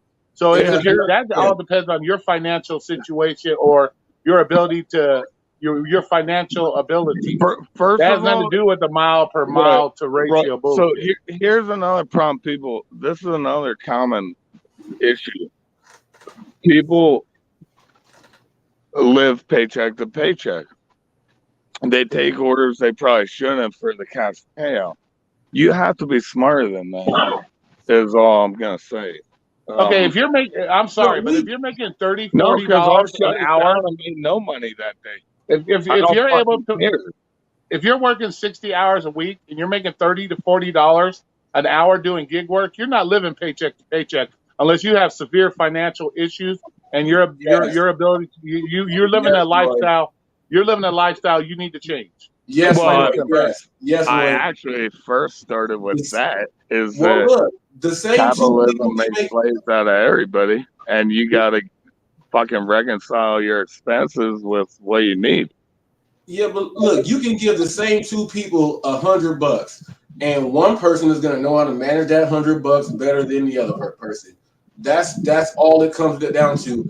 You manage your money so that when you want to get another car, you can go ahead and get another car. It has nothing to do with the miles per dollar. Because look, I live in an area where like it gets really, really busy, and early in the morning time, like 6, 7 a.m., I'll see orders 0.9 miles for 350.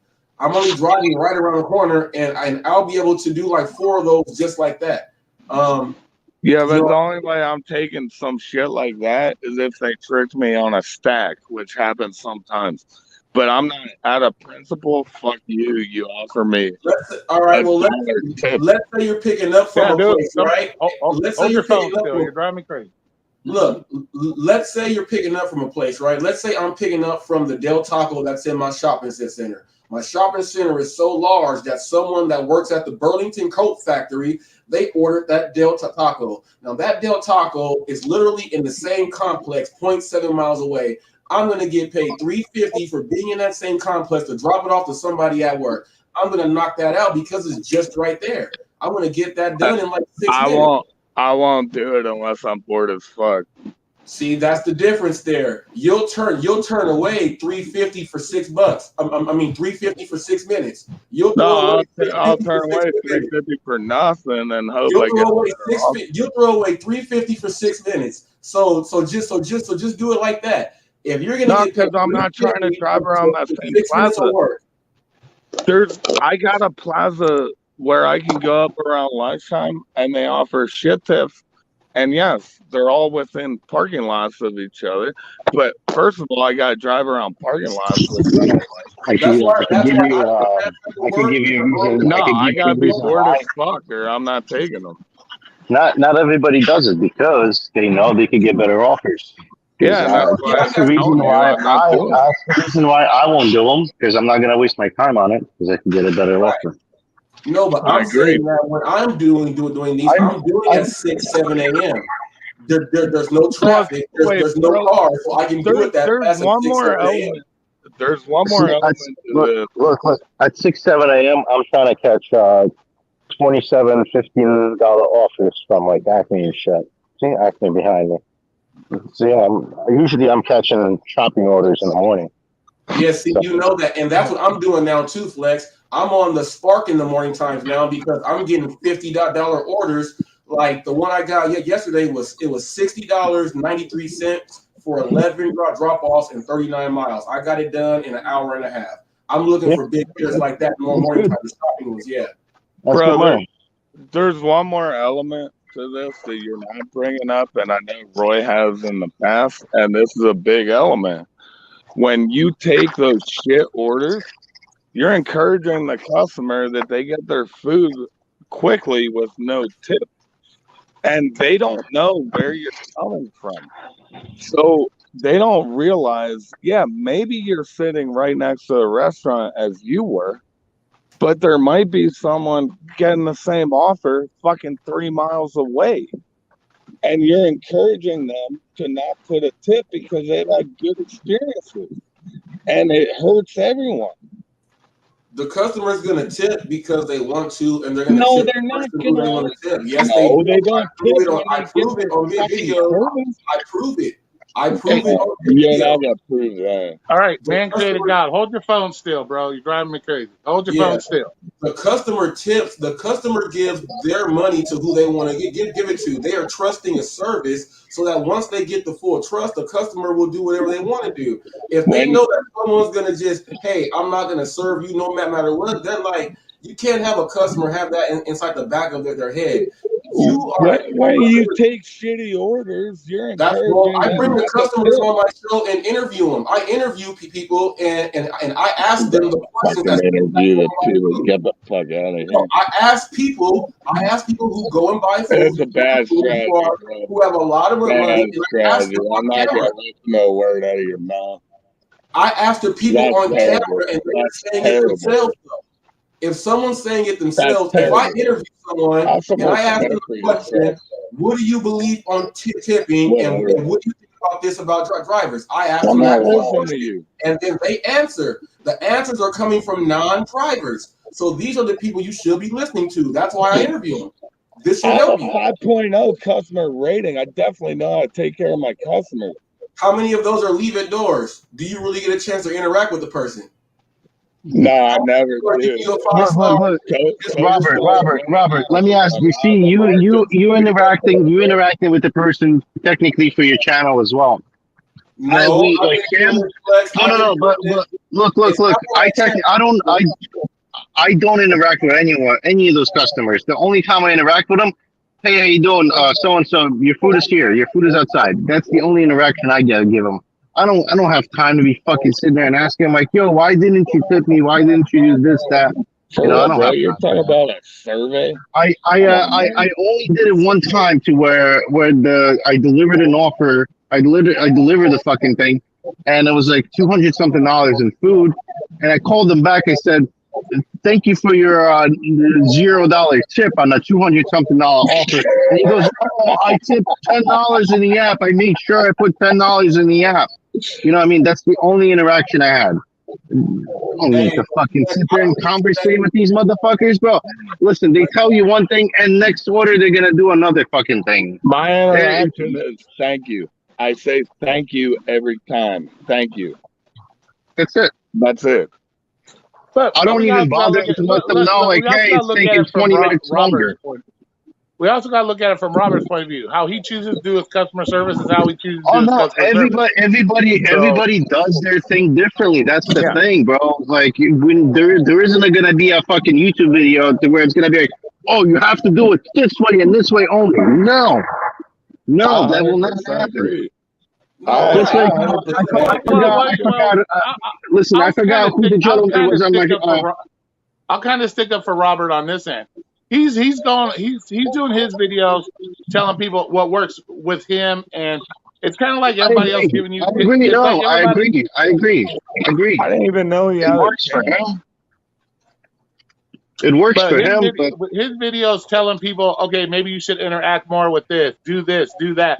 It's no different than Pedro, no different than Mushimu no, not at all. Gig Lebowski telling people how they should do orders as well. He's just doing it from his perspective, what has worked for him, and he's giving other people another option to try to maybe increase their tip amount. Well, Me I'm going to personally, tell you, if there's no tip on the order, they're not gonna fucking tip.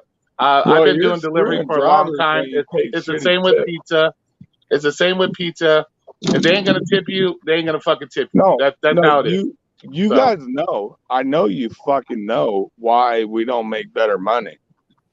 And it's because people take shit offers and they deliver them. that People has get jack shit to service. do with it. but what That about has the jack guys that shit are to do with taking it. the orders that are not the shit ones that you're talking about? That means someone else is making good All money, right, right? look. If it worked that way, to where 100 of everything we do. every single driver that didn't take the shitty offer, DoorDash would notify the customer eventually, like, hey, you guys need to tip, or they would change their fucking payout model to where You every guys fucking are offer wrong is on gonna that. have a fucking thing on it. He's telling you truth right now. You guys are wrong. But the thing is, people need to make money. There's always new drivers, and sometimes they just see a fucking thing pop up on their phone. They're just gonna take it. But So you cannot control. You can't stop it. people taking shit orders has absolutely nothing to do with what you get paid. That has jack shit to do with it. No, it has everything. DoorDash. It has No. everything. DoorDash So how does do they get already have away a. with that? So how do DoorDash you already think? has their set minimum they're gonna pay you. DoorDash So how already. do you think they get away with lowering the pay and still have the drivers? They're like You don't any make other any fucking sense company. right now. They're like every other company. They're gonna fucking do whatever works for them. They don't give a And fuck why is about it you. working for They're them, not gonna Roy? change anything for you. They're gonna do whatever works for them. How they could And why is it profit. working? What? It's working for them. What are you talking about? Is Why It's is working for why them is that working for them? Why is that because working for them? they got Delivering it. people that do it. Because people still choose to fucking make money and take Because those you're lowballing arguing offers. with me that you deliver it. And But I'm a look, driver again, too. look, you're not gonna Jesus change that. We're fucking not gonna Christ. be able to change that. Even if Pedro preaches that every day and it's $20,000 I on his don't care. It's the on his 20 I got fucking fucking one sub question, truth. channel, Roy. I got he's one question. not gonna change it. It's I the didn't company that say would we need to can change it. change it. I said I it's got the one truth. question for you. Is it Mansur? All right. So I got this question for you right here. How is a restaurant and the app gonna filter someone when they order? Are they gonna ask them, are you gonna spend more than $20 when you order? If yes, proceed. If no, get off the app. Is that The restaurant what can't they're do gonna do shit. for you? Is that Look, what they're gonna do for you? no, I've tried to warn restaurants before you shouldn't even make that order because no one's gonna pick it up. And they can't see it. They can't see how far away it is. They can't see how far away it is. What happened? I don't know why you think that's funny. A You said that you restaurant's not warned gonna the listen. They're gonna make the restaurant. order. You They're gonna make warned the the order restaurant regardless. to not make the order. You told the restaurant not to make the order because no one's gonna pick it up. Is that what? All right. Yeah, Let me I tell wish they you this. had more Oh, listen. information. Yeah, listen. You think that's funny? No, it's not funny because I showed It's, up for this I $200 said it offer. wasn't fucking Don't funny. You're the let me one say something. laughing. Hold on. Let me say something. I showed up for this $200 offer. This motherfucker purposely didn't make it because he didn't know if there was a driver gonna show up for it, so he doesn't waste the fucking dough and the shit. So he already Good, got I paid wouldn't. for it. And I bet He you went to an already got paid independent for it. restaurant, which you should know your Let me, area better. jeez, let me finish it. He Go already ahead, got paid Frank. for it. He got paid for it, but he didn't make it because he thought the driver wasn't gonna show up, so he wouldn't have to make it and save the product. We have So a he jack in could. the box like that by my Yeah, house. tell me And the that manager does wasn't an that too. independent. The Tell manager me does that that. wasn't an You are, independent but he gets restaurant that bad they There's want to throw vibes. stores like that. because Too they many people can't are see the talking, drop off. and try not to talk over other people when they're talking. Let's try to keep it civilized. They can't see the drop off. Who the restaurant? The restaurant. Listen, the restaurant business is just to make the food, to get it ready, and that's it. Bro, They already got paid for it. That's it. you're talking They, about interviewing customers. I've interviewed restaurant staff. No, that wasn't Flex that said that. This is Hot Facts. No, actually, on my show, I interview people and I ask them the important questions I don't. as a customer. What do they do as far as tipping their rules, and what do they not tip on? So I ask people that on my show. I interview them. So I'm saying, if you want to see what actual people who are not drivers are saying, just watch the interviews. That's the whole purpose, to get information, Do to see you know what what? someone is saying. That's what a survey and a case study is. The only way to get an answer for you to make the right decision is to hear from the people that are placing the orders. And that's what I'm trying to do to help everyone. And let me tell you what I've gotten from everything you said is I have no reason to ever look up your channel. Well, first of all, don't be disrespectful to him. No, Roy, you Yeah. ain't got to go there, Roy. I can handle this one right here, Roy. You don't even got to go and do any of that. Look, you don't have to go to the channel and watch, but information that's out there can help, and that's what I do. And I'm gonna give you an example of this. John McCallion put up a short the other day and said that he's trying to lose 135 pounds, right? I have trained so many people and celebrities where I can give you my track record, and I have a nutrition plan to where in 72 days you can drop at least 60 pounds. I told him, let's trade your book for my nutrition plan. He told me no, but in his video, he said he'll do whatever it takes to lose that 135 pounds. But I'm trying to give you a nutrition plan that's bulletproof, that all you got to do is follow it. You'll drop at least 60 pounds in 72 days, but he don't want to do it, but he says I'll do whatever it takes. This is like the driver saying there's no money out there and they don't want to go ahead and try to offer it. It's the exact same. And that's another thing I have an issue when it comes to these I big didn't say YouTubers there's no and money. other shit. This is a problem. You got certain people that they don't want to go to other people's channels because they don't mesh with their. I don't mesh with nobody's shit. Let's be honest. Roy's straight up a dickhead, asshole. And Royal debate you on everything and then some. Roy, you're my So favorite. this whole thing is I'm not willing to go somebody else's channel just because they don't want to listen to me or they don't want to fall in line with what I say. That's bullshit. I would suggest you don't go to anybody's fucking channel if that's the kind of mindset you want to keep. Because I don't give a fuck what Robert does during his deliveries. I don't care what Flex does. They all have something to contribute to the community. And everybody that always talks about, oh, we're such a divided community. This is some of the reasons why. Okay, I understand you Yes, don't want to sir. follow what he has to say, but sit here and say I don't want to go to his channel because of the way he speaks. That's bullshit. That's bullshit. No. Wait. I said it because Or if he he'll offers pick you up something. cheap orders. He's leading people the wrong way. You shouldn't pick up cheap I'm orders. not leading That's anyone the wrong bullshit. See, and way.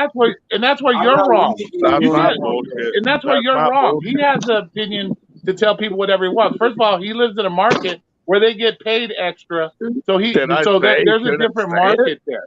Okay, so the people in his California market may benefit a lot from what he has to say because he does live in a different market and they get compensated No. on the backside. So there is difference. See, that's what I'm saying. You're not All opening right. your mind to listen to whatever anybody else has to say. So you can't think one way only. This business is like a fucking slot machine. You pull in, Roy, you get what you get. for So real, if you can't wrap your brain around people picking up dollar tips and wondering why the pay is shitty and keeps getting lowered, and they keep getting, the customer is still getting what they want. If you can't wrap your head around that, why pay would go down, I can't help you. Okay, well here, let me ask He's you a question. associating his I whole work for outlook on life I on work. food delivery. Let me ask you a question. I work for Domino's. Okay, I know what customers tip and don't tip. Okay, so if you work for Domino's, you're going to refuse the order that didn't tip, or you're going to drive it. No, Clearly, that's you different. can't No, do it he's when trying you to work at bring you the W2. example. He's just trying to make an example. If all of us didn't take the $4 offers or the $3 offers, $2 offers, DoorDash would have to do something and No, change their no. payout model. Yeah, they No. would. They Yes, would they have to would. either change their payout model for sure. They would, We because all agree none of it's those not going to little happen. offers. Let me finish. None of those little offers are being taken. But like some people like to take $3 offers. Sometimes they're easy to complete, like $5 offers, like Robert said, like Del Taco. He could be in and out within that. It's in the same fucking building. It could be in and out. But like some people, like for me, I wouldn't take it out of principle. Even if I could like walk in and walk right out, I wouldn't do it out Yes, of principle. But exactly. some people look at it like, yeah, nah, fuck that, easy money, I'm done, boom, boom, boom. But what he's saying, if all of us as drivers had that knowledge, had that information, like, hey, if we didn't fucking take that for like a month or so, for the first week, fuck, I just stole it. It'll never happen. It'll never happen. You're never going to force them to change their pay model. First of They all, I would, literally they would, just said it'll Roy, they never would, happen. they would have to. but see, it's never, If never those going to offers are happen. not being completed, they're losing But money. They would have to do something. They but would it's have, never gonna. But it's never going to happen Roy, because you it'll don't know never people. You happen don't because know Oh, we people. can't agree. You oh don't yeah, know yeah, people's okay, situation. yes. I agree with you. It will never happen. But that's what Okay, he's so trying to why get even? So across why to you. even? Why even give that any consideration or thought? Because it's never going to happen. And to sit there and say, well, or Well, get if down on people, or get You down on think it people for makes no doing a if certain difference? thing. you if I'm trying to us, speak. I'm about to Oh get my cut out here. God. I'm gonna have bad service here. If us Check as it. all of us gig tuber drivers and have like good numbers behind them, if we all could specifically say stay away from the low tipping offers, we could possibly do some kind of you know stepping on DoorDash's Yeah, but on that company. you're looking at the amount of people we reach on these channels. Probably what 100,000 people max. When you got what 5 million gig workers, that's like trying to I don't know trying to But then check this rehydrate out. yourself with a fucking Here's what'll eyedropper. It's happen, never Roy. gonna happen. Here's what'll happen, Roy, because it'll never happen, and they're never going to change their pay model to go to what you are going to do. Here's what they will do: they will deactivate drivers and get drivers who will accept the pay model. That's just the way it is. That's just what they do. Well, People bro, try to deactivate it for no reason. until they You know what I mean? There's deactivate a me, reason behind it. They just don't have to tell you. I'm not gonna listen to that And they already because punish, and they already show you they'll punish you. They fucking I end your decline the dash. fuck. They pause They're you. full of They already shit. show you that. They're Yeah. full of shit. I'm not punished. They What already did do. what did Mr. They'll Flex fucking say earlier? He's at they'll 5%. they'll end your dash. They'll pause you multiple Fucking times kidding me? during your dash. So yeah, they're already showing you what's up. Yeah, it's just more bullshit you gotta deal with, just like any job. Do you I don't believe? care. They do work you for believe me. it? Do you believe that better service gets you paid more? Do you believe that at all? And the reason No, why I'm because asking there's that, idiots all right, that give terrible service. all Like I right, saw in the all right, comments, no, stop that there, stop customer there. got their food bags thrown at their door, No, you just and no, stop they there. got it beforehand. No, stop there. I'm saying this because look, if better service does not get you paid more, don't you know that when you work at a job and to be the manager, to be the shift leader, So to why do I give good service? no, Are you listen. asking me You have why I to give work good better service? than everybody else to get to that position to get paid more. So don't you think the average person who does not work for themselves in sales will think that, man, if this person is doing this extra, I'm going to give them more. Don't you think that? Some people want to see you absolutely do it. And here's why some people can't last at regular jobs and then they gig work. They can't work right. And then they're bringing that same attitude and they're showing it in the gig side. And then when they open their mouths, you can all the way tell this person. And you don't think that hurts everybody? Can you back up from your neck a little bit? How do you think that doesn't hurt everybody? Like, what's It hurting? doesn't hurt you. It doesn't hurt you. Whether Robert takes a $3 order, I take a $3. It doesn't hurt you. It doesn't hurt you. You're still making your money, right? You still choose to take the orders you choose Yeah, to make your money. So it doesn't hurt you. You guys are being, I gotta say, you're being purposefully obtuse. No, purposely obtuse. No, you're a little long in the tooth right now, man. You're a little long in the tooth. I didn't say long in the tooth. No, look, man, we're not doing anything but saying that if you accept your order, that's what you're taking in for yourself. If you know how to manipulate an order freight to get more out of your own situation, that's what you do. To each his own. You have the ability to do what you want. You are an American. Okay, I get it. I 100% know that every market is different. I also know they're all connected. But every person is different also. Yeah, every exactly. person is different. And in my have opinion, to do with in my people opinion, are the ones that order. if you're blaming other people, if you So- blaming other people and what they do dictates how much money you make, you're making a fucking excuse for yourself. That's a fucking excuse. Because no matter what anybody else takes, has nothing to do with you.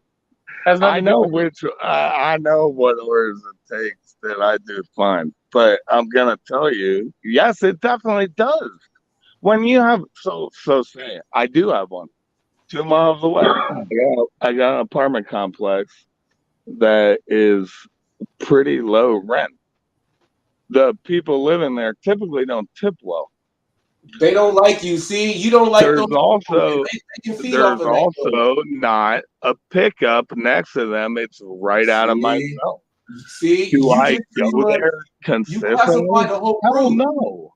You classify the whole group of people. You just lost income right there for classifying the whole I'm group. not losing anything, bro. You I just get threw out more a whole orders. group. The money that was potentially the there, you smart threw out. ones. So check this out. Your attitude and how you had Oh to my work those God. people there, you know, those people can pick up on that. Then that's probably why you're not making that much money also. I don't You know, give a your fuck. attitude. I don't So want to is go it- there. Oh wow, man.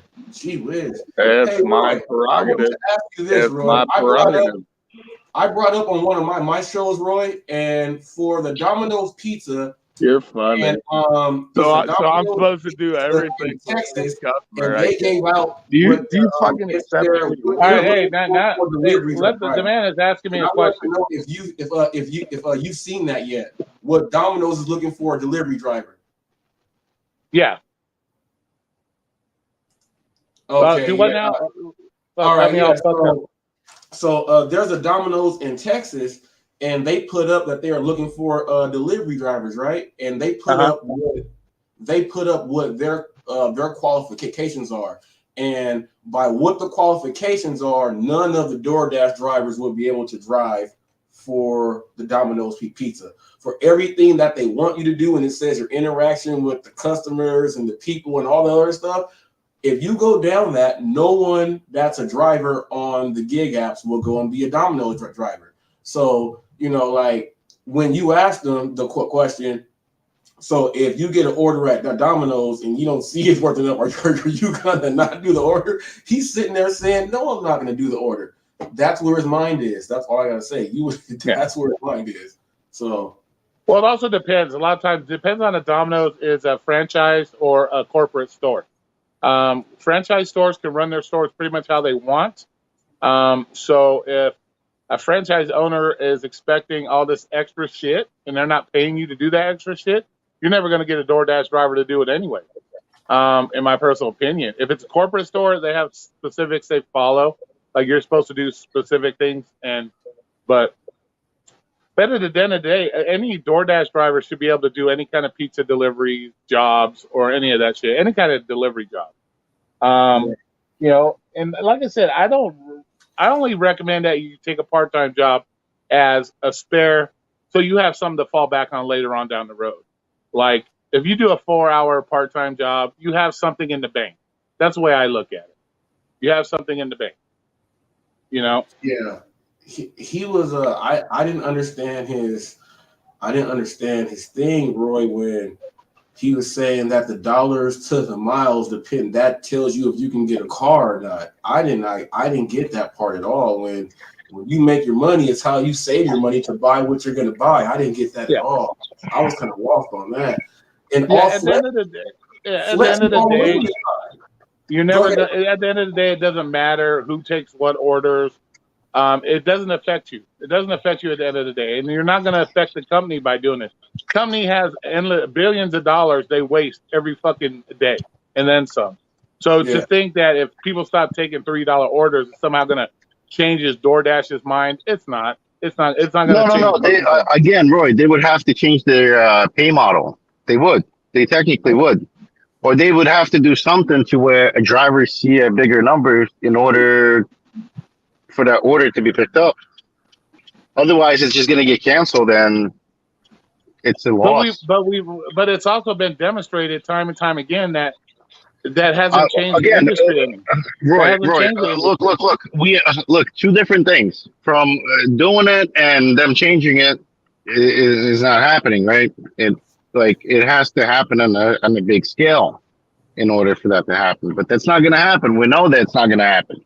But what we're saying is that's what needs to happen in order for that to change. Okay, so But we all know that's not going to happen. Yeah, we know it's not going to happen, but it can happen. So There are ways to make things happen. Look at New York. Look at California. Look at Washington. Look at Massachusetts. If people really wanted to change DoorDash's system, Uber Eats system, whatever gig work system you have to go about it the right way, like these states have went. Unfortunately, they got government involved, and we know government loves to fuck shit up. But at the same time, they're getting what they want. Coming on YouTube and trying to convince and complain about it all the fucking time is not going to change it. Like my Right. question would be, that's one of the things. It used to be to where it's like mandatory. You have to put something in there. Then they keep changing the pay model, bro. Hey, check this out, Flex. It's their business. It's their business. They can change it as they please, and they're going to know that. Your pay statement that you have up there for your live that you have up there today, right? It's like $1,300, right? Now, here's how I'm going to let you know about how it works in California. You have 38.8 hours there, right? So now you got that $1,300. It's like $1,350 there, right? So take that $1,350 that you already have. Now for those 38.8 hours. Now just add in $400 extra dollars that they're just putting in your check. You didn't do anything extra, but just accept those same 38.8 hours and got paid that. Now you're going to get paid an extra $400 just for doing that. How does that not help? That's how it's broken down. How it's is not that in not my market? help? But it's not in my market. That's how Prop 22 is. That's how Prop 22 is. The same money you already have. Now you're going to add another $400 on top of that. That's what you're going to do.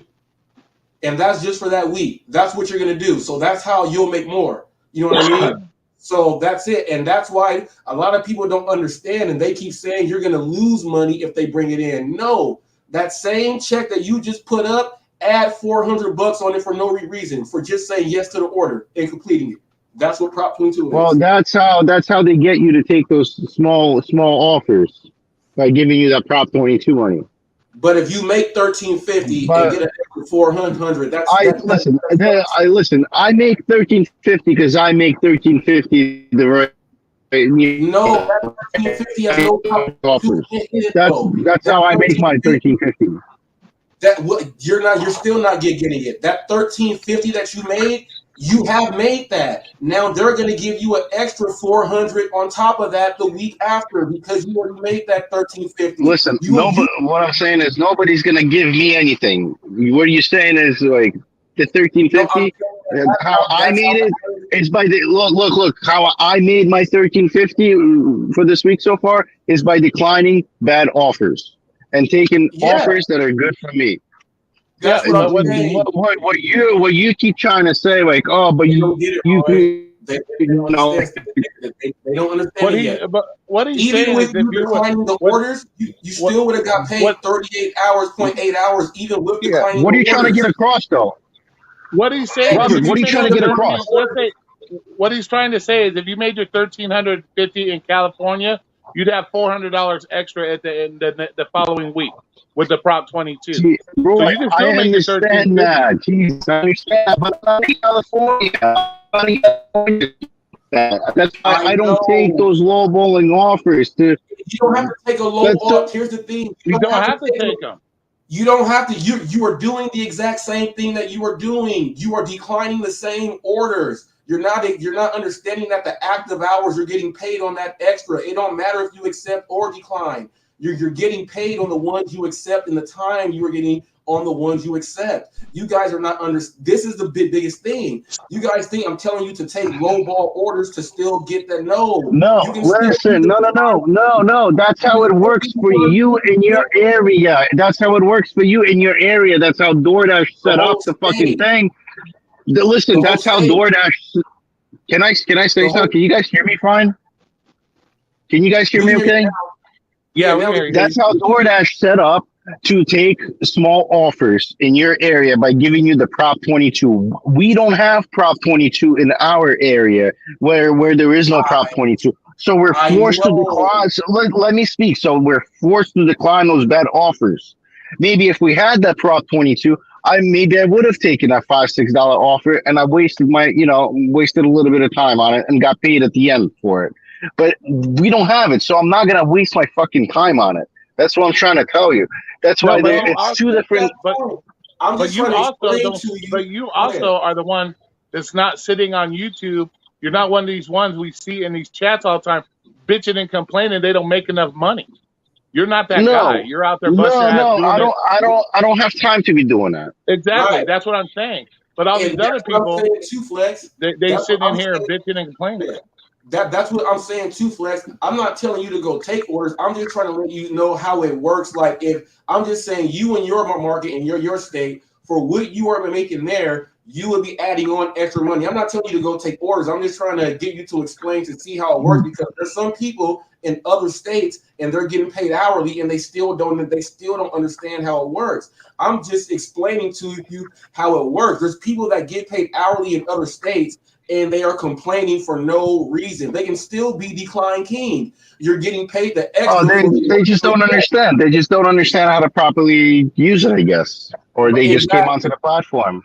Exactly. That's all I'm saying. That's all I'm saying. That's all. And all I'm trying to do is just let people know if you have it like this, here you can do the exact same thing. You can decline all day. I got people that live in Long Beach. They live like you. They can decline 100 orders in a day and take whatever ones, and they are still doing that. But the ones they take, they are still getting paid for accepting the order, even though they're still being declined king. They have not fixed that yet, so you can still get away with that. So there's too many people not understanding that you can make a lot of money and still decline your orders. They just don't get it yet.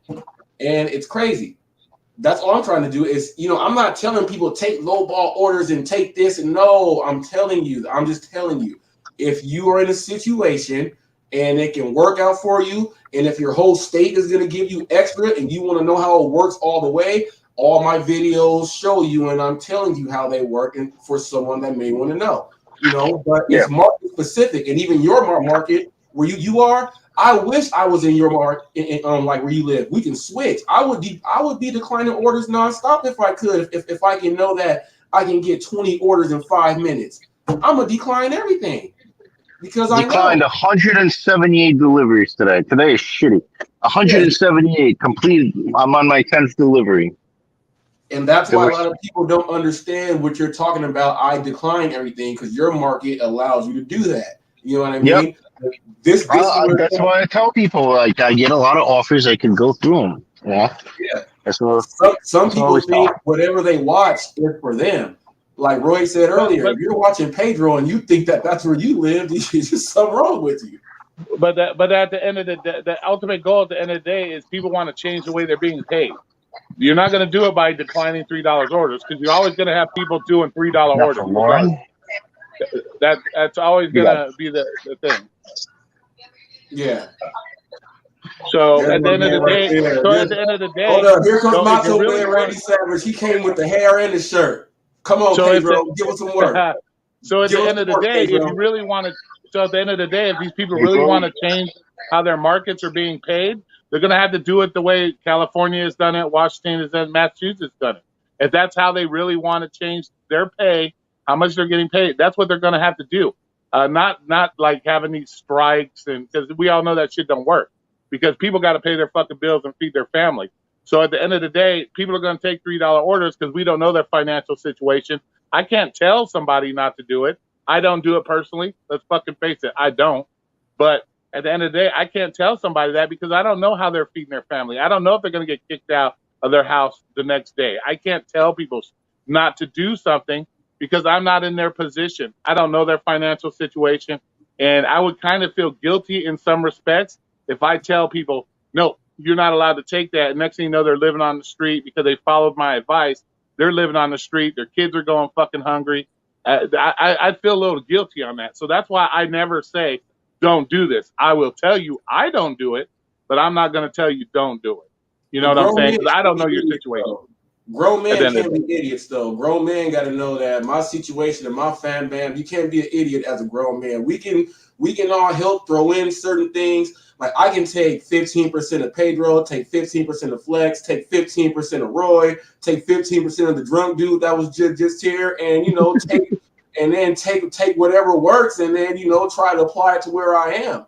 You know what I mean? But every grown man has got to know you got a head on your shoulders yourself. You can't, if I tell you, hey, tomorrow drink this juice and jump off the cliff, you'll get $1,000. If you don't think you're gonna die, there's something wrong with you. What's up, Pedro? What's up? Can you guys hear me? Yeah, we can hear you. Listen. I love it, man. I just got to hop in real quick. I've been getting a girl out, but I think if we, I think you guys are bringing some good points up, man. I've been watching the whole time, but I popped back in, and I think it's all market dependent. And, at the end of the day, yeah, we shouldn't be telling another man how to feed his family. I get all, that's all true. But at the end of the day, I think if every state had Prop 22, I think it would cause there'd be less people that would be able to make money on these apps because the companies wouldn't be able to afford to pay everybody. So I think, a lot of these bad offers that I see in my market or that Flex sees or Roy sees is because Prop 22 is going on in a part of the world. So they got to pay Robert active time or whatever, and all this stipends. I just don't agree with that. I think we need to take personal responsibility. And I think we should never knowingly take a $2-3 order. I stand by that. I got no problem telling people I think they should never do it. 99% of the time, you're not going to get a cash tip on that. With the way the gas is right now and the way the times are, I'm not going to gamble that I'm going to get a cash tip.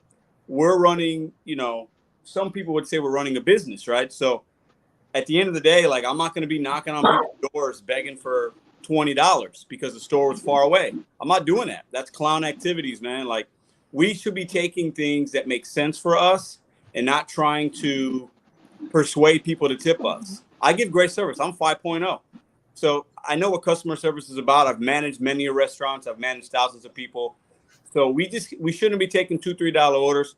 I think I like what Robert does as far as talking about customer service because he does show it. I can tell he gives pretty good customer service. But at the end of the day, Robert, you're one man in one market. So when you tell people nationwide that you should be taking every order, you should be taking the first order you get, I think it's a bad message. That's just my opinion. Because I don't tell people to take the first order. That's what I do. I've been taking the first thing down since I've been 13.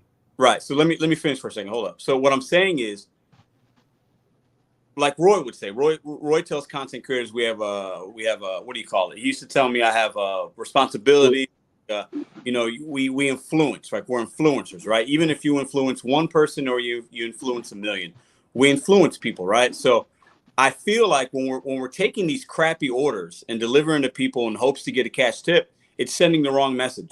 I think most people, when they back a tip out, for personal reasons, it's all good. But this is a business. We should be making money, and we should never take a $2 or $3 order. And earlier, Roy said, yeah, if I take $3 orders going a mile, yeah, you can maybe be profitable, but you're going to, in order to make your ends meet, you're going to have to take 1,000 orders like that. Why would somebody want to work? Why would somebody want to do 1,000 things when I could do it 10 times? You know, I think sometimes, and I'll even put myself in here, right? We let our pride and our ego kind of get the best of us. Like we think we could like a difference and persuade people to tip us. And I think that's the wrong way to go about it. I think we got to use that, take what's good, you know, make the companies pay more. Because at the end of the day, if you decline that $3 order, eventually maybe it gets up to $5, and then DoorDash Revolution can take it and it makes sense for him and he takes it. But the more drivers that take $3 orders, the more the companies are going to realize that there are people out here that are going to they're going to continue to lower the base pay. And in the last 8 years since these apps have been relevant, that's all they've done because we have drivers that are willing to take the shit. That's my opinion. Now I completely understand about the $2 orders. Like I've seen some people put up in these other states where I've seen like $2.50 for like 6 miles. I have never seen that in California, so that's why it baffles me that when I hear people say $2 orders, we just don't have that here. And that's just because everything started here first, so we just don't have $2 orders in our state. Like it's unheard of, and because of the gas, you will never see a $2 order. Now you might see the base pay. The base pay might be like $2.80 or something else like that. But here in this state, there's the Prop 22 service fee. There's the delivery charges that they're paying, and all this other stuff. Now I'll tell you this: with Novodyne, Lunchbox, I know that if you are renting a car through Hertz, if you are doing other airplane ticket things, they have it so that your rewards points, you can use those to order stuff too. I think they're doing it like this, so if people are not paying the, that real extra charge for that Uber One or that DoorDash Pass or whatever, for them not having that charge right there, people are going to see less on when they order. And psychologically, I guess they're trying to see if they see less, they may give a little more. I think that's why they're trying to pair up all these companies to give people who are in good standing there, like Amazon. You get the free delivery with Grubhub. If you don't have that delivery fee, someone might put that delivery fee towards the driver. You know what I mean? Yeah, maybe. Hey, DoorDash Revolution, what's up? I think, and I've even been guilty of What's this. up, everybody? How you guys doing today? What's up, man?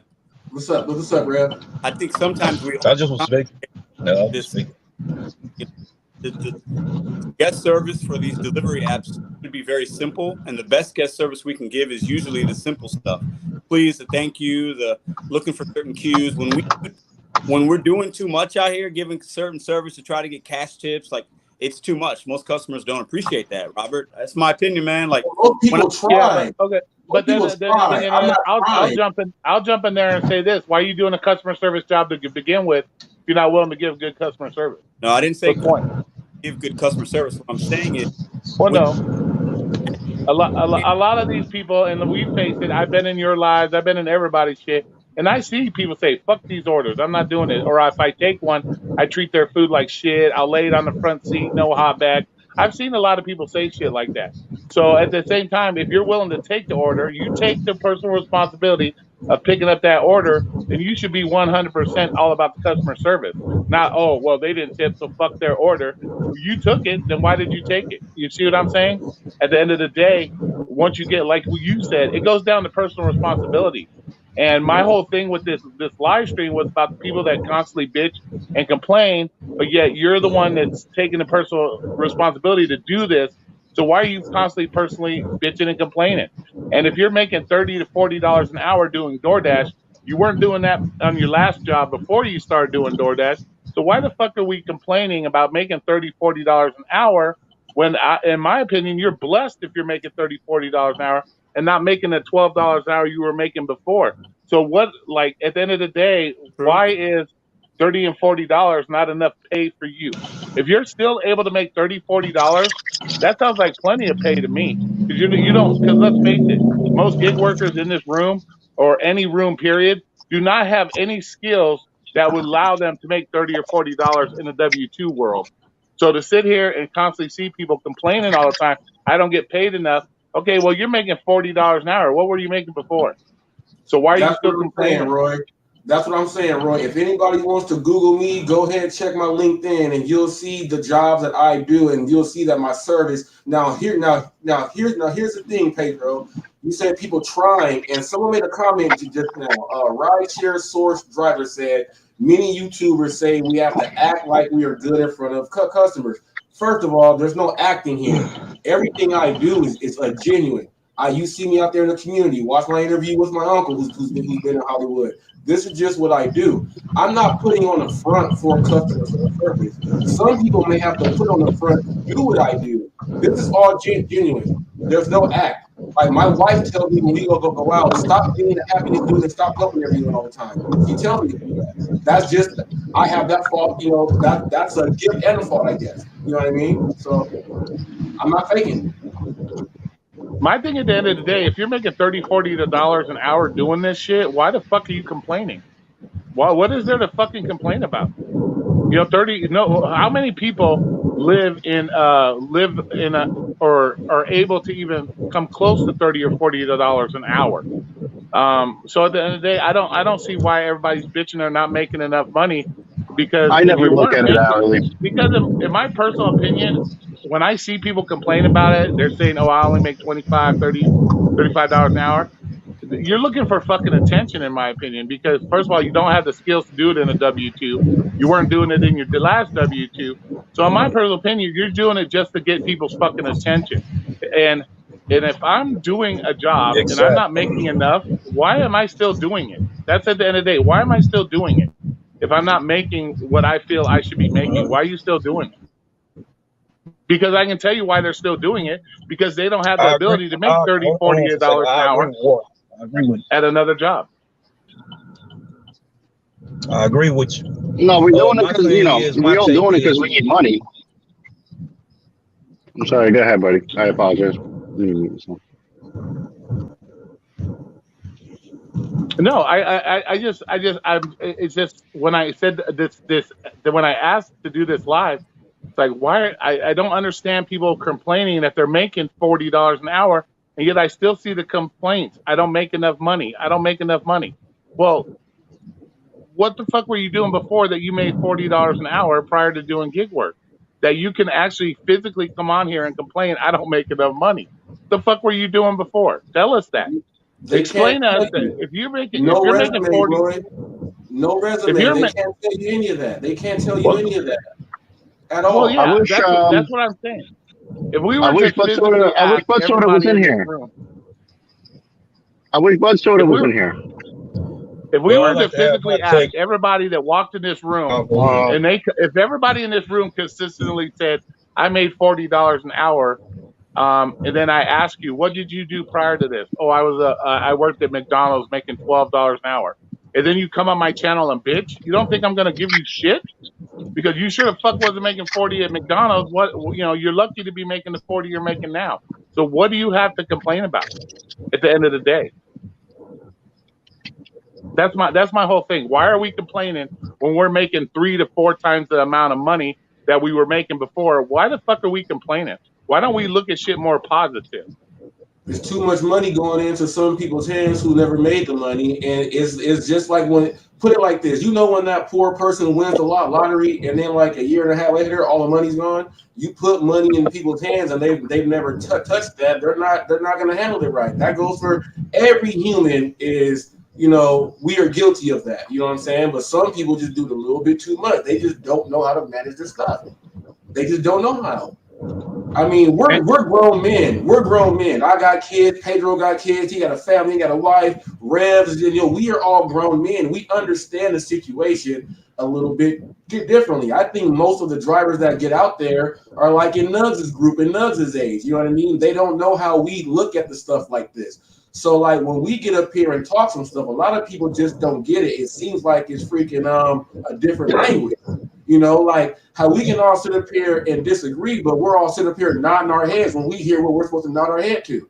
A lot of people just don't get that, Roy. Well, We can talk, I got talk. another Go ahead. question.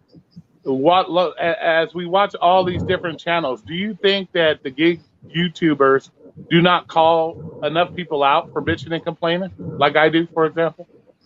Do you think if some of these gig tubers were a little bit more harsher on these people that are always bitching and complaining, but yet they're making $30, $40 an hour, do you think a lot of the complaining would stop? No, because everyone, it's like when you walk in your house. You walk in your house and close that door, whatever goes on in there and what's going on. It's like you said the other day, Roy, you got SAs around. You got secret assholes around. They take off that shirt and they got the big SA on the chest.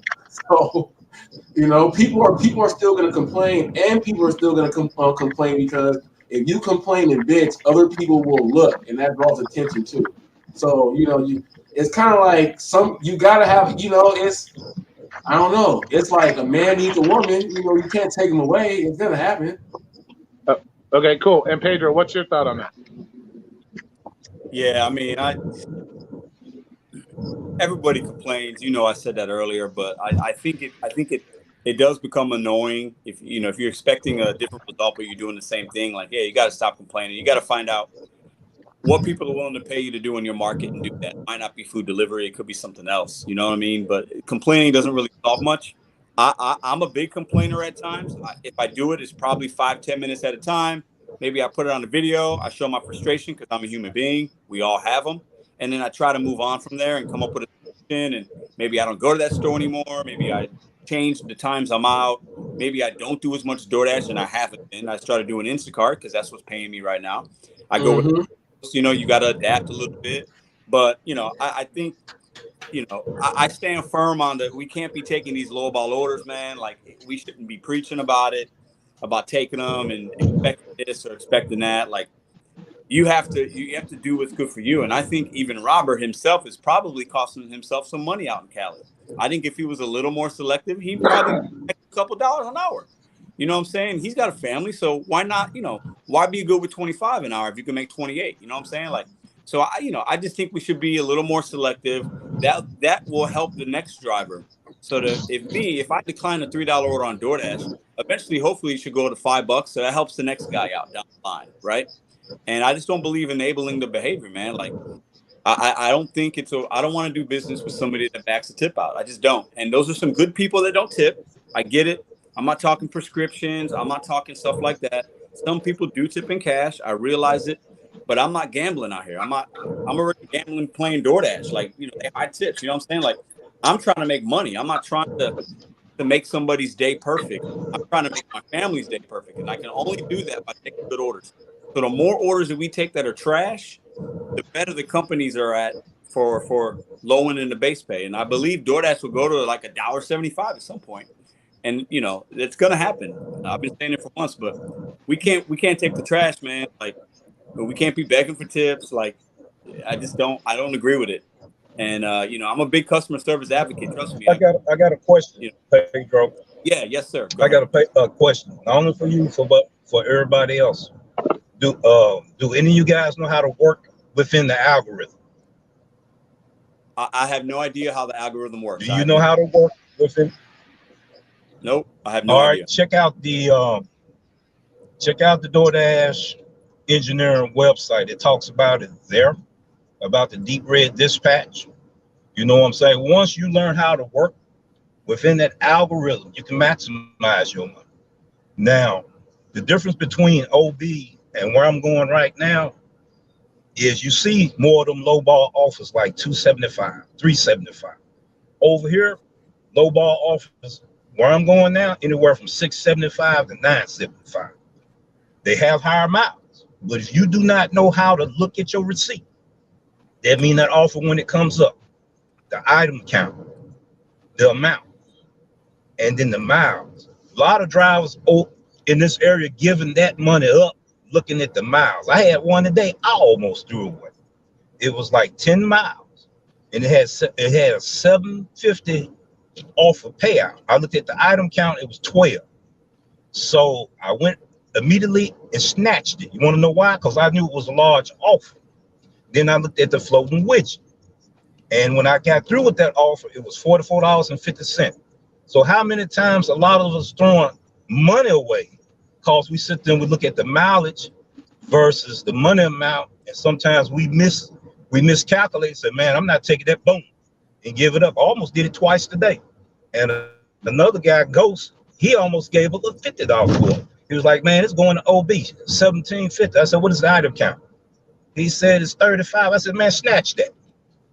If it don't pay off for you, I pay you. He said, man, you were right. I know how to pick these orders. You see what I'm saying? Sometimes we overthink this thing and worry about how we're going to get a law set.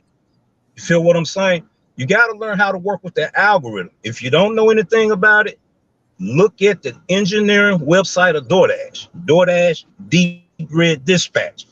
I got a video coming out tomorrow to where they snatched one of the orders from me, but I knew it was a large order. It happened to me the third time. I made a phone call, talked to her about it. She was like, let me see, can we locate the order? No, a dasher do not have that order. Do you still want that order? I said yes.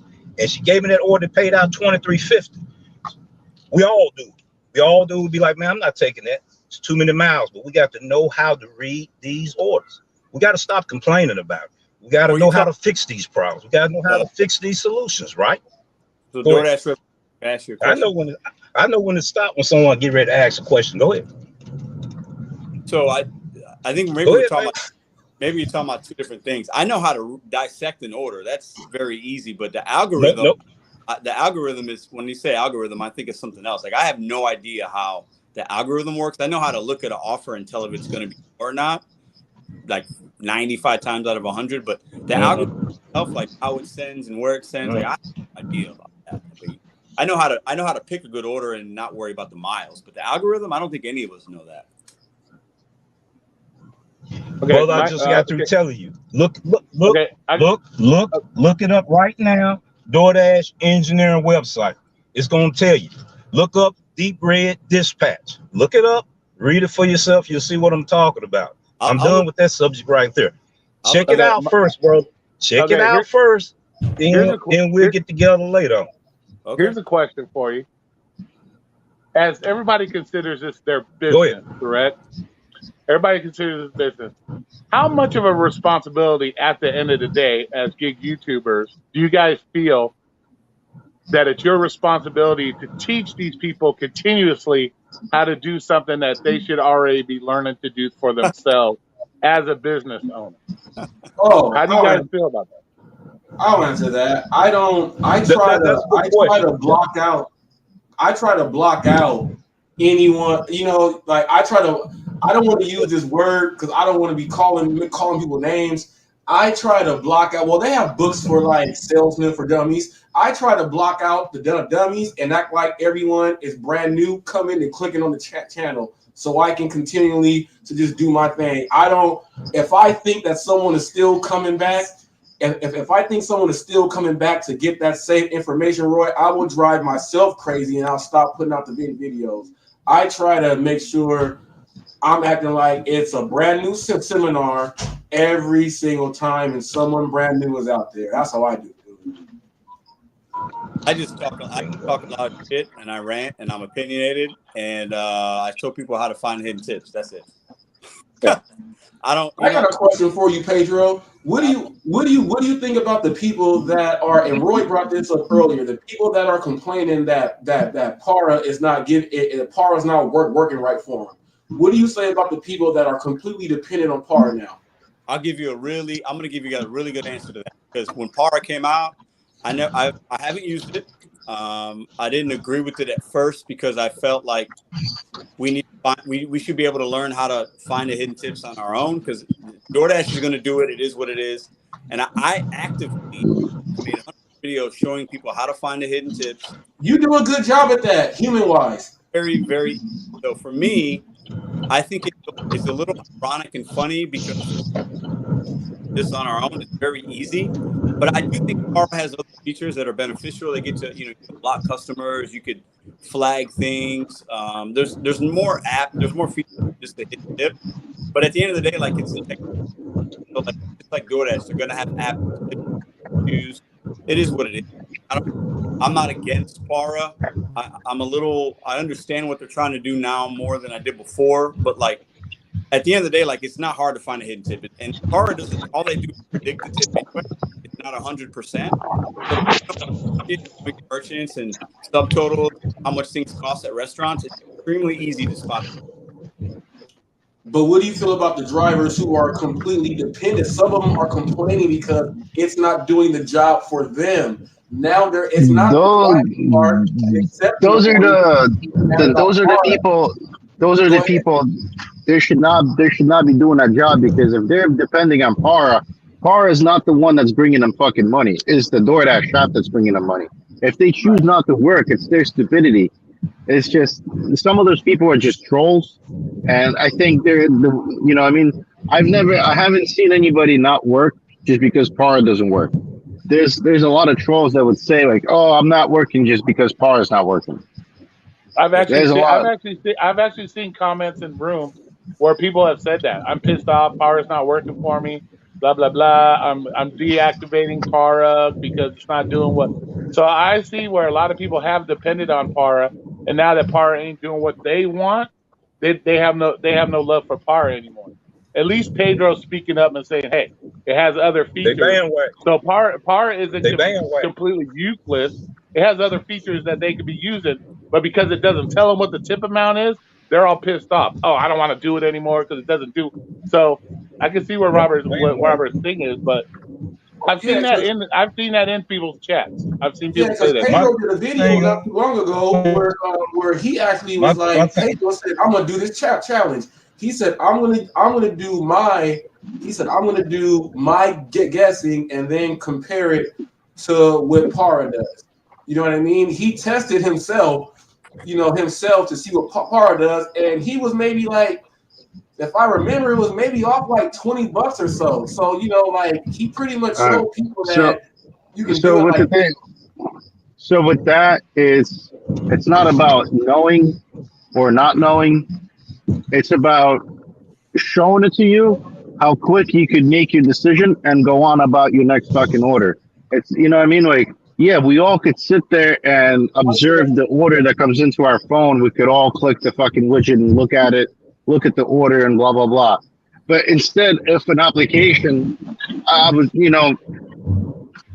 hopefully there would be no application and DoorDash come to their fucking senses. But since, there's a third-party app that we rely on using, it just shows us a lot quicker, what the subtotal is. Maybe the full transparency on certain orders. You know what I mean? Like, and we can determine that much quicker by taking out offer or not taking out offer.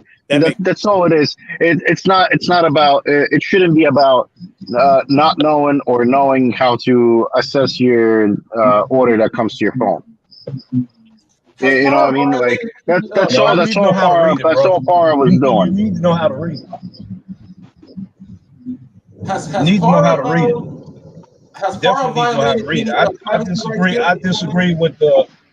Hold on. I disagree with him saying that you don't need to know how to read. You need to know how to read it to maximize your earnings. Just like I said, do your research. Did I say not read? Hold on, brother. Let me get a chance to get my piece in. Quit hacking my app. Let me get it in. Oh shit! Now, if you take time to know how to read, you got to read and analyze. We do it here all the time. We test the market all the time. I use Para. I use the driver's utility helper. I use the floating widget. Those resources too. Plus, I use my instincts. Plus, I look at the order when it comes in. You got to make a quick decision. And plus, I multi-app. So you got to definitely know what you're doing and know how to do it. You got to know your market. You got to know which restaurants dropping them large orders off. I mean, the exact restaurants. Going in there and talking to the employees, the managers. They'll give you the sauce to where you know where to servers at the right time. I know what I'm talking about. Get ready to pick up one now while we talking. Y'all go ahead while I'm getting ready to do this. But we do supposed to be able to know how to read these orders, man. And if you thinking you don't supposed to know how to read them orders and analyze them orders, then you're fooling yourself. You're not fooling veterans out here. Now rookies, you might can fool rookies. There's a difference between being a veteran driver than a rookie driver. It's how you look at your orders. It's how you read them, how you analyze them. We all analyze them. But Yeah, to that's what I rant was and saying. rave Para is about, helping you okay, no analyze it tips, quicker. no tips. That's what I was saying. Para helps you analyze it Well, quicker. Just not much quicker. it's That's all it was.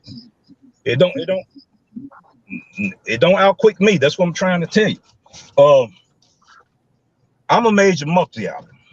I do 5 different platforms. Before I even started using Power, before I even started using Driver Utility Help, before I even know what the floating widget was, I had to learn how to analyze each app separately. Each app has a different market of restaurants that caters to that app. What I'm saying is what veterans supposed to already know. I'm not talking to any beginners in here. All those supposed to be veterans, right? This is what's going to separate the men's from the boys. Being able to know how to maximize your earnings. No, you're not going to get that $30 consistently. You're not going to get that $40 consistently that Roy was talking about. You don't get that every day. But you want to make enough to still get over the hump. You see what I'm saying? So when you complain about the problems and not trying to find solutions to fix them, we all talk about power. What about Pegasus? What about people using the cell phone jammer, the jam the signals of other people's cell phones to keep them from getting orders? You feel what I'm saying? What about the ones that got 3 different accounts, DoorDash accounts, and 3 different names, and they stacking orders like that? Why are we not talking about those things, gentlemen? That's the first time I Y'all heard too of that busy talking one. about power. Hey, what? I got the proof coming out soon. The proof. What, You the can cell like phone it, jammer? but when you see the proof, you're gonna be like, that's one thing. That's one thing about me. I'm gonna show you the proof. And if the content creators guilty of some of this stuff I'm talking about. Yeah, I thought the room would get quiet. No, he's Go coming ahead, with people. it. I'm gonna go ahead He and try to pick brings this order right quick from Lost People. he brings this stuff. He No, brings because I know what I'm talking about. I know brings what I'm this talking stuff. about. Yeah, And he I gets got the the proof. information, Matter of and the fact, I might drivers pull out up there some of that the do proof it. in a second. Yeah, they do it right here in this area. We done seen them. I got proof. I got receipts. I got records. I got I have a question conversations. for you guys. I got people actually using their phone. So, what You would know, I you got all say of that. to these? What would you guys say if to these people that continually complain, but yet they continue not to help themselves? They rely on Pedro's videos to learn how to do stuff instead of helping themselves, and then they're complaining. Don't throw What would you have to say to those people bus. that are constantly complaining that you see on a week to week basis that choose not to do something to help themselves? What would you say to them? Go get a W-2. Just go get a W-2. Go get a W-2 and leave us alone. Go get a W-2. And if you can't last with a W-2, and if you can't hack it here, then just go to jail. Go somewhere else. I don't know. I don't know. I don't know. I don't Okay, know. Pedro, your turn. Okay, now it's my turn. Well, Yeah, you got. Listen, man. You got. I'm not gonna. I guess I'm gonna be repetitive. You are responsible for finding out what people are willing to pay you to do in your market, whether it's W-2, food apps, rideshare, own loan, babysitting. And, you have to do that. I will say this. I think people come to my channel for a few things. They do come for a little motivation, inspiration, creativity. New people come every day. New people come to Mr. Flex and Robert and DoorDash Revolution. So if you're new, you're going to come for a little information, but then you're going to stay for the other shit, right? So, I don't have a problem with people coming asking questions or, hey, what about this? I don't, because nobody was born knowing everything. I think YouTube's a great place to learn. It's what I learned how to fix things in my car from YouTube, right? So I think it's okay to do that and to give people information.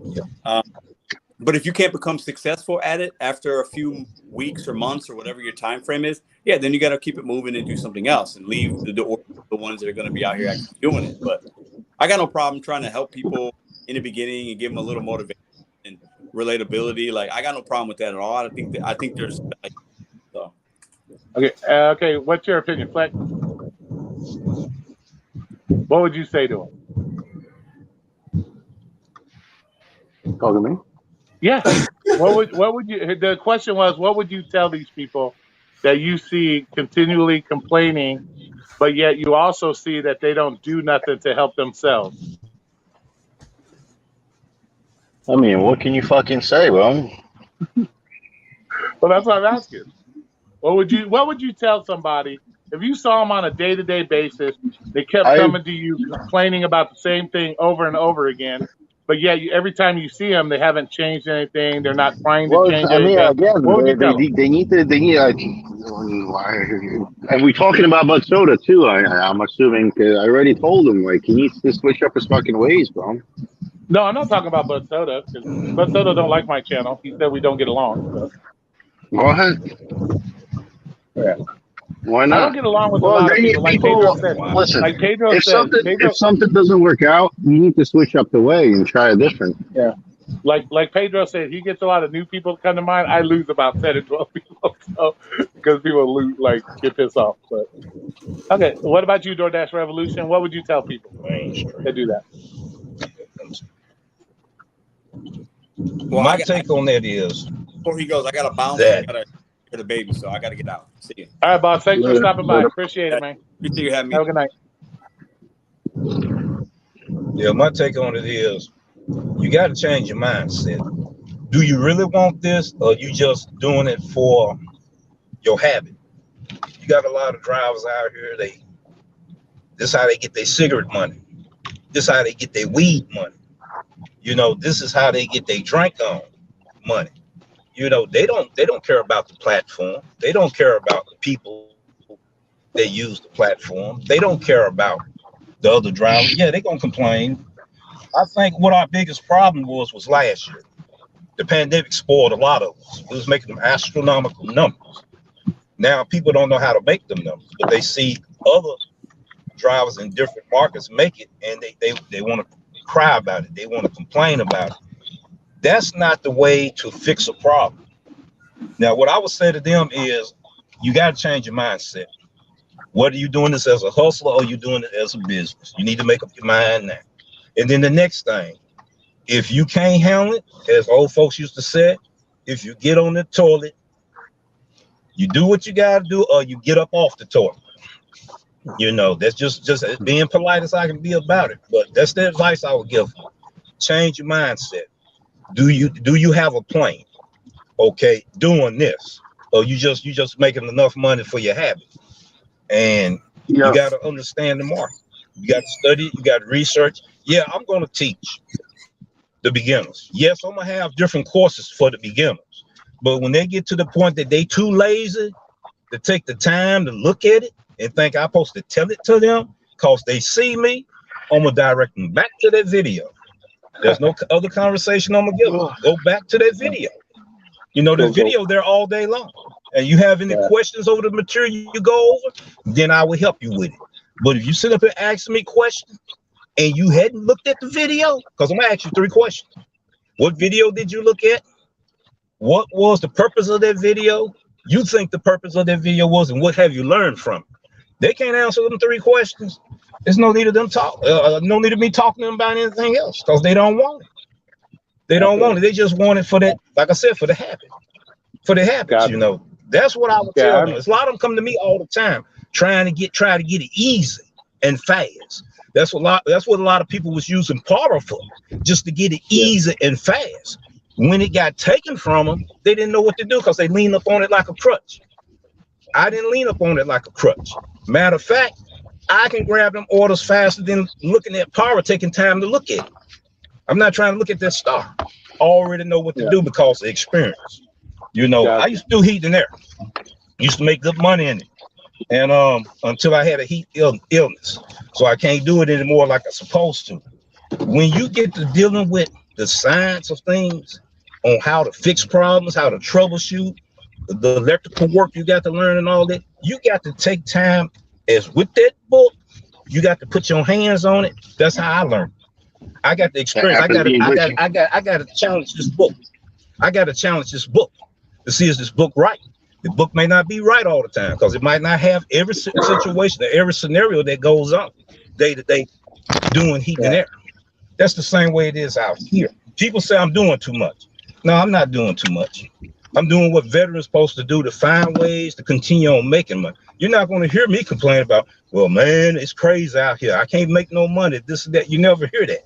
Now, you might hear me get on about DoorDash, about the bad dashers that done killed the market. See, we got an area I'm in right now, a tip-in culture.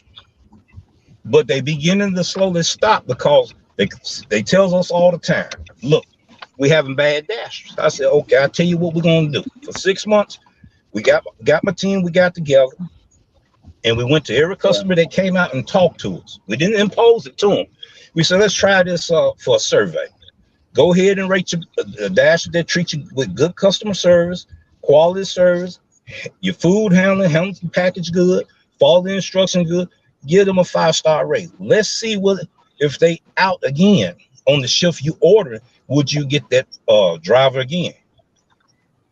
I done been, and the team done been about 20 different clients, 20 different occasions. And they said, you know what, that 5-star rating does work. See, we're not talking gibberish. We also get out there in the field and find out these solutions to the problems ourselves. I don't sit back behind a computer talking about this and talking about that. You got a lot of channels love ranting and raving. Some content creators got famous because of ranting and raving. You feel what I'm saying? So, you know, some got famous off of rival lines. Now, I'm just speaking for me. I look at myself as a leader, a mentor, an influencer, and a teacher, and that's what I'm gonna do. But I have to have my threshold of tolerance on how much information I'm gonna keep putting out here. And people just want it fast, quick, and easy. That's how they want it. That's how they want it. So all you got to do is just take the time and check things out. And I'm finna get ready and go in here and pick this order up, and I'll be right back. I guess I'll be right back before y'all close. I'm gonna have to end this. I'm gonna have to end this soon because I'm running out of time. Okay, I just want to say to you, man, thank you, man. But I appreciate everybody coming in here, of course. Thank you. I think it was a hella cool. It was a cool conversation. I appreciate everybody coming in here. Hold on. Wait. Willie didn't even get to say shit. Yeah, well, here, okay, we'll give Mr. Proctor here the last word. What would you tell him, Mr. William? What would I tell him? First off, Roy, you would not expect to hear this out of me, but I take offense that you said people that watch Pedro's channel, which I've seen other channels where people complain a lot more. So I want to state that first. And then secondly, I've seen it on everybody's channel. And then secondly, now you specifically mentioned the man, so people wouldn't expect me to make that defense, but I will real quick. And then secondly, what would I tell them? There are applications at Popeyes. You should go apply there. Why Popeyes in particular? Because I don't go pick up from Popeyes. And I don't want to see these motherfuckers anymore. All right, now I got to drop this off at the nursing care facility. I'm going to get ready to hear the So y'all have a beautiful night. See y'all later. All right, guys. I appreciate everybody coming in. Thanks for showing up. I appreciate it. You guys have a great afternoon. I'll talk to you guys later. Later, bro. Bye. Bye. Peace. All right,